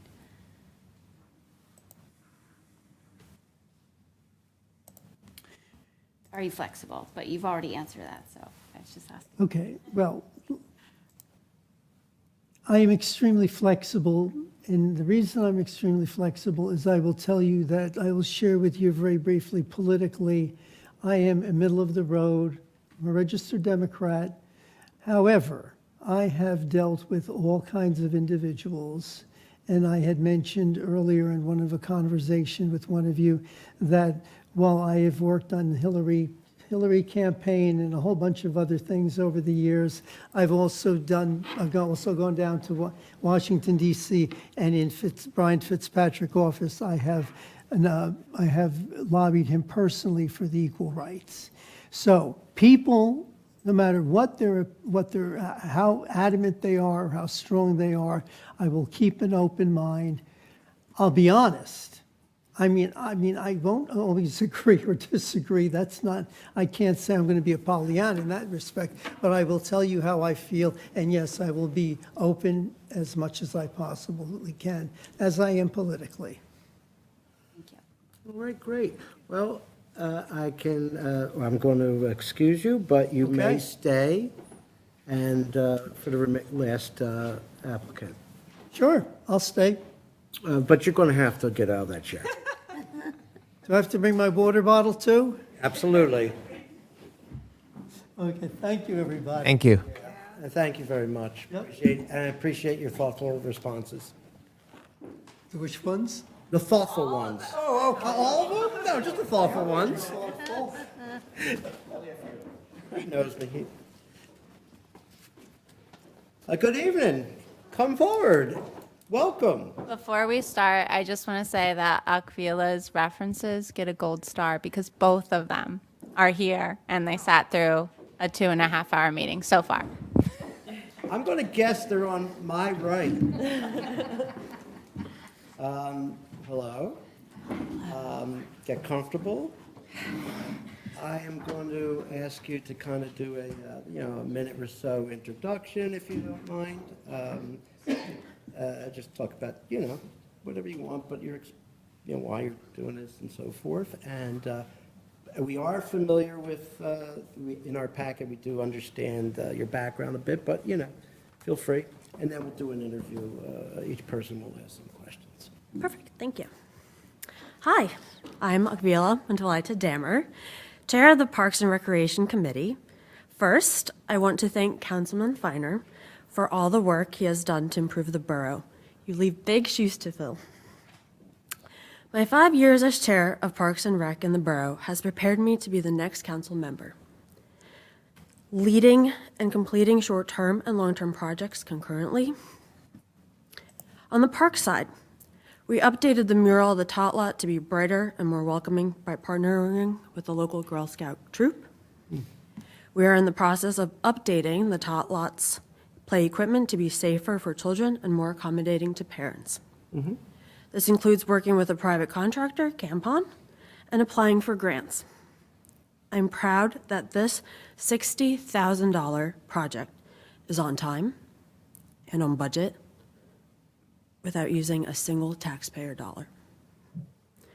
The board has recently developed a map of borough-owned properties, something that did not exist before, but we thought was needed. We are also partnering with the Environmental Advisory Council to preserve and sustain Buttonwood because of increased foot traffic. In addition, we're helping fund a bicycle repair station at the Pico lot to lessen the burden on local taxpayers. And in addition, we replaced the red tables and chairs that are under the Yardley Borough mural. To sustain Buttonwood, we're applying for the Bucks Beautiful grant, remaining fiscally responsible without requiring taxpayer dollars. On the recreation side, we have partnered with Bucks County 5K and local running groups to increase participation and fundraising in our annual Memorial Mile and Yardley 5K races, including adding a kids race to the Memorial Mile for those of ages 5 to 14. The result has been a tripling of what the board has been able to donate to borough organizations annually, more than 10,000 to Gather Place, Friends of Lake Afton, the Department of Conservation and Natural Resources, Ye Olde Library, Experience Yardley, and the borough's own American Legion. Each year, we organize several family-friendly events, including an adult egg hunt, a children's egg hunt, and a children's Halloween parade. These events grow in participation each year, and we boost a local business by purchasing gift cards to put in the eggs and providing the businesses candy to hand out to the children participating in our parade, giving the businesses exposure and gratitude from potentially new customers. If you have any questions about these projects or events, I could talk all day about them. And none of these successes would be possible over the past years without working closely with the town council, Borough Manager Paula Johnson, Financial Assistant Patty Sargent, Code Enforcement Officer and Emergency Management Coordinator Wes Foraker, and Police Chief Golden. I think having a great relationship with all of them should not be overlooked. In the past year as chair, I honed in on each Park and Rec's member's skills and strengths to utilize them to their best capacity, and we work great as a team to accomplish all of this as a result, to which I'm extremely grateful. That is why we are able to stay within our budget as we expand and our costs increase. In fact, the budget has increased to $35,000 from just $9,000 a few years before, and we're making it work. On the personal side, I am a 20-year resident of the borough, raising my family in the same house I was raised in, surrounded by neighbors I know and love. I recently went sledding with my daughter on the same hill behind the golf course that my parents took me to go sledding when I was little. It's a memory I will now cherish forever, thanks to the blizzard. It is not only my experience on the Parks and Rec Board that makes me uniquely qualified. It is that I know the borough as well as anyone. I remember when the vault was still a bank. The borough has grown before my eyes. It is time I move on from Parks and Recreation Board. Utilizing my experience and dedication on the Borough Council is the logical next step. Thank you sincerely for considering me as your next colleague. Thank you. Your minute is up. I'm just kidding. I appreciate that. What I'm going to do is instruct each council person to ask you questions. But I forget which order I'm in. Oh, thank you so much. We'll start with Councilwoman Segal-Morris. When you are on council and you encounter a situation where a lot of council members have a differing opinion or position than you do, how do you go about deciding whether or not to hold your position or change your mind? I mean, are you flexible? Of course, I'm flexible. I think it is important to have these discussions because somebody might present an idea that you necessarily did not think of or come upon yourself, opening your eyes to a new idea. Running a board of 8 members, that happens quite often. And at the end of the day, it is my kind of responsibility to make sure that each member feels appreciated, heard, and safe in those meetings. And if somebody does not feel that way, there's a great app called SurveyMonkey where they can respond hidden, and I will, at the end of the day, know if we have to reconsider or rediscuss something again. Thank you. And Councilwoman. Good evening, Akvila. So the position that's open because of Councilman Feiner's retirement, we will need, not retirement, I don't know. I didn't know I was retired. This is late for me, sorry. We will have open the Chair of Public Works. You don't necessarily have to fill that role. We could do a reorganization and somebody else could, but I want to know, is it a role that you are interested in and would want to lead? Of course, I think that is a very important role when it comes to our community. I see Public Works as something that is used daily by our neighbors, and I would love to learn more and to continue expanding that role in our town. Thank you. And Councilwoman Sheriff. Hi, Akvila. Hi. What do you believe are the top 3 most pressing issues facing our borough today? Today, it would have to be the budget. I would have to say the infrastructure, that is including the roads, like the potholes, this building's infrastructure, including the roof. And my third would be communication across the boards. I think sometimes we run into, for example, multiple boards are working at the same time on the same thing, and we don't have communication between them. So I think kind of working on that would be great. Thank you. Great. Thank you. Quick question. Who was a better liaison, me or Jared Stone? No, I'm just kidding. You don't have to answer. Caroline. Caroline was. Oh, that was a good answer. I'll give you that. Yeah, we're a special breed. I don't have a vote tonight. Yeah, but it's okay. I get it. No offense. It's all fun. So I've asked everyone about time commitments. I think you obviously understand that it's more than just showing up to Tuesdays, and people have different obligations. They have families, they have work obligations, and so forth. So with that in mind, and this, I know already that you're committed to an evening because you chair the Parks and Rec, but now are you prepared to, it's more than just a couple hours. It's almost like a part-time job. Yes, and of course, that can be seen when we do our races where I'm putting in more than 10 hours a week, making sure that everything is safe, giving up weekends, giving up Memorial Day bright and early, 6 in the morning to make sure that the Memorial Mile is going off without a hitch. So yes, I have the time commitment needed for this position. Okay, and just a quick question. You will be dealing with the public, maybe even a little bit more in some ways, or different, the Parks and Rec is fairly, congenial, but if you were even considering Public Works or dealing with whether we would consider an EIT, residents have concerns, and I'm just wondering what your style or process of, hearing them would be like.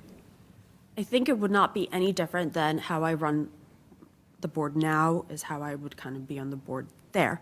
I think it is important to have everybody have a voice, for everybody to be heard, and then to take in everybody's concerns, opinions, and go from there. And, but as far as, I just want to kind of get to the nitty-gritty. So if you would learn from listening to them, what would you do with that information, I guess, is, if you didn't agree with them or whatever, how would you handle them? I understand that everybody has disagreements, and at the end of the day, we all are trying to work towards one goal, right? So it's how are we going to accomplish that goal? And I think that would be remaining cool, calm, and collected. Okay, thank you very much. And Mr. Goldstein. So, evening. So as a member of the council, you'll be working with other council members, you'll be working with people of the communities, residents, small businesses, which means you're going to be working in groups and collaborating, with people. So talk about how you work in groups and your collaboration to come to consensus, and if you can provide an example, recent example, and the outcome. So I currently work in a group of 9, including myself as the rec. For example, we recently just invited the EAC board to come work with us. We're inviting another group to the table because I think there is power in numbers and power in ideas on how to maintain and sustain Buttonwood Park. That's one example. I've worked with Experience Yardley to see where they needed extra funds to help provide and pay for the pumpkins that they use for Canaloween. At the end of the day, it's really just listening and taking in what these other groups need and how our group can come together. And if we need more power and willpower to get something done, we will come together and get it done. Okay, thank you. Thank you. Mr. Feiner. Well, Camila, I can't believe it's been 5 years. I remember interviewing you for Parks and Rec, and thank you for the work you've done there. So this isn't my style, but I'm going to read you my question because I was asked to be consistent, and I'm not good at that. So here goes. Thank you for taking the time to be here and for your interest in contributing to our community as part of council. As the outgoing chair of Public Works, whose position will be replaced by someone, my question comes from that perspective. I am part of a 3-decade line of council people working hard to meet our community's desire and plan for sidewalks, safer crosswalks, and open space. It's the execution part of the comprehensive plan, and it doesn't happen by itself. It requires managing projects, finding and applying for grants, and being creative and relentless towards the goal of a fully walkable Yardley despite financial constraints. Where there's a will, there's a way, and right now many of the pieces are actually coming together. With that knowledge, what is your commitment to walkability? What will you do? And what specific skills do you have to help this council complete the plan for a truly walkable borough? Thank you for that. I think the strength that I have is the budget aspect of things. As you can see, we've taken a $9,000 budget and we're sitting at $35,000, right? That just didn't come from anywhere. It requires a hardworking team. It requires reviewing things, how we can maintain our cost, where we can get grants from, and all the following. I do believe that a walkable Yardley is very important. It helps with the lifestyle of our neighbors and our families. Because let me tell you, walking up that hill to college is getting really boring.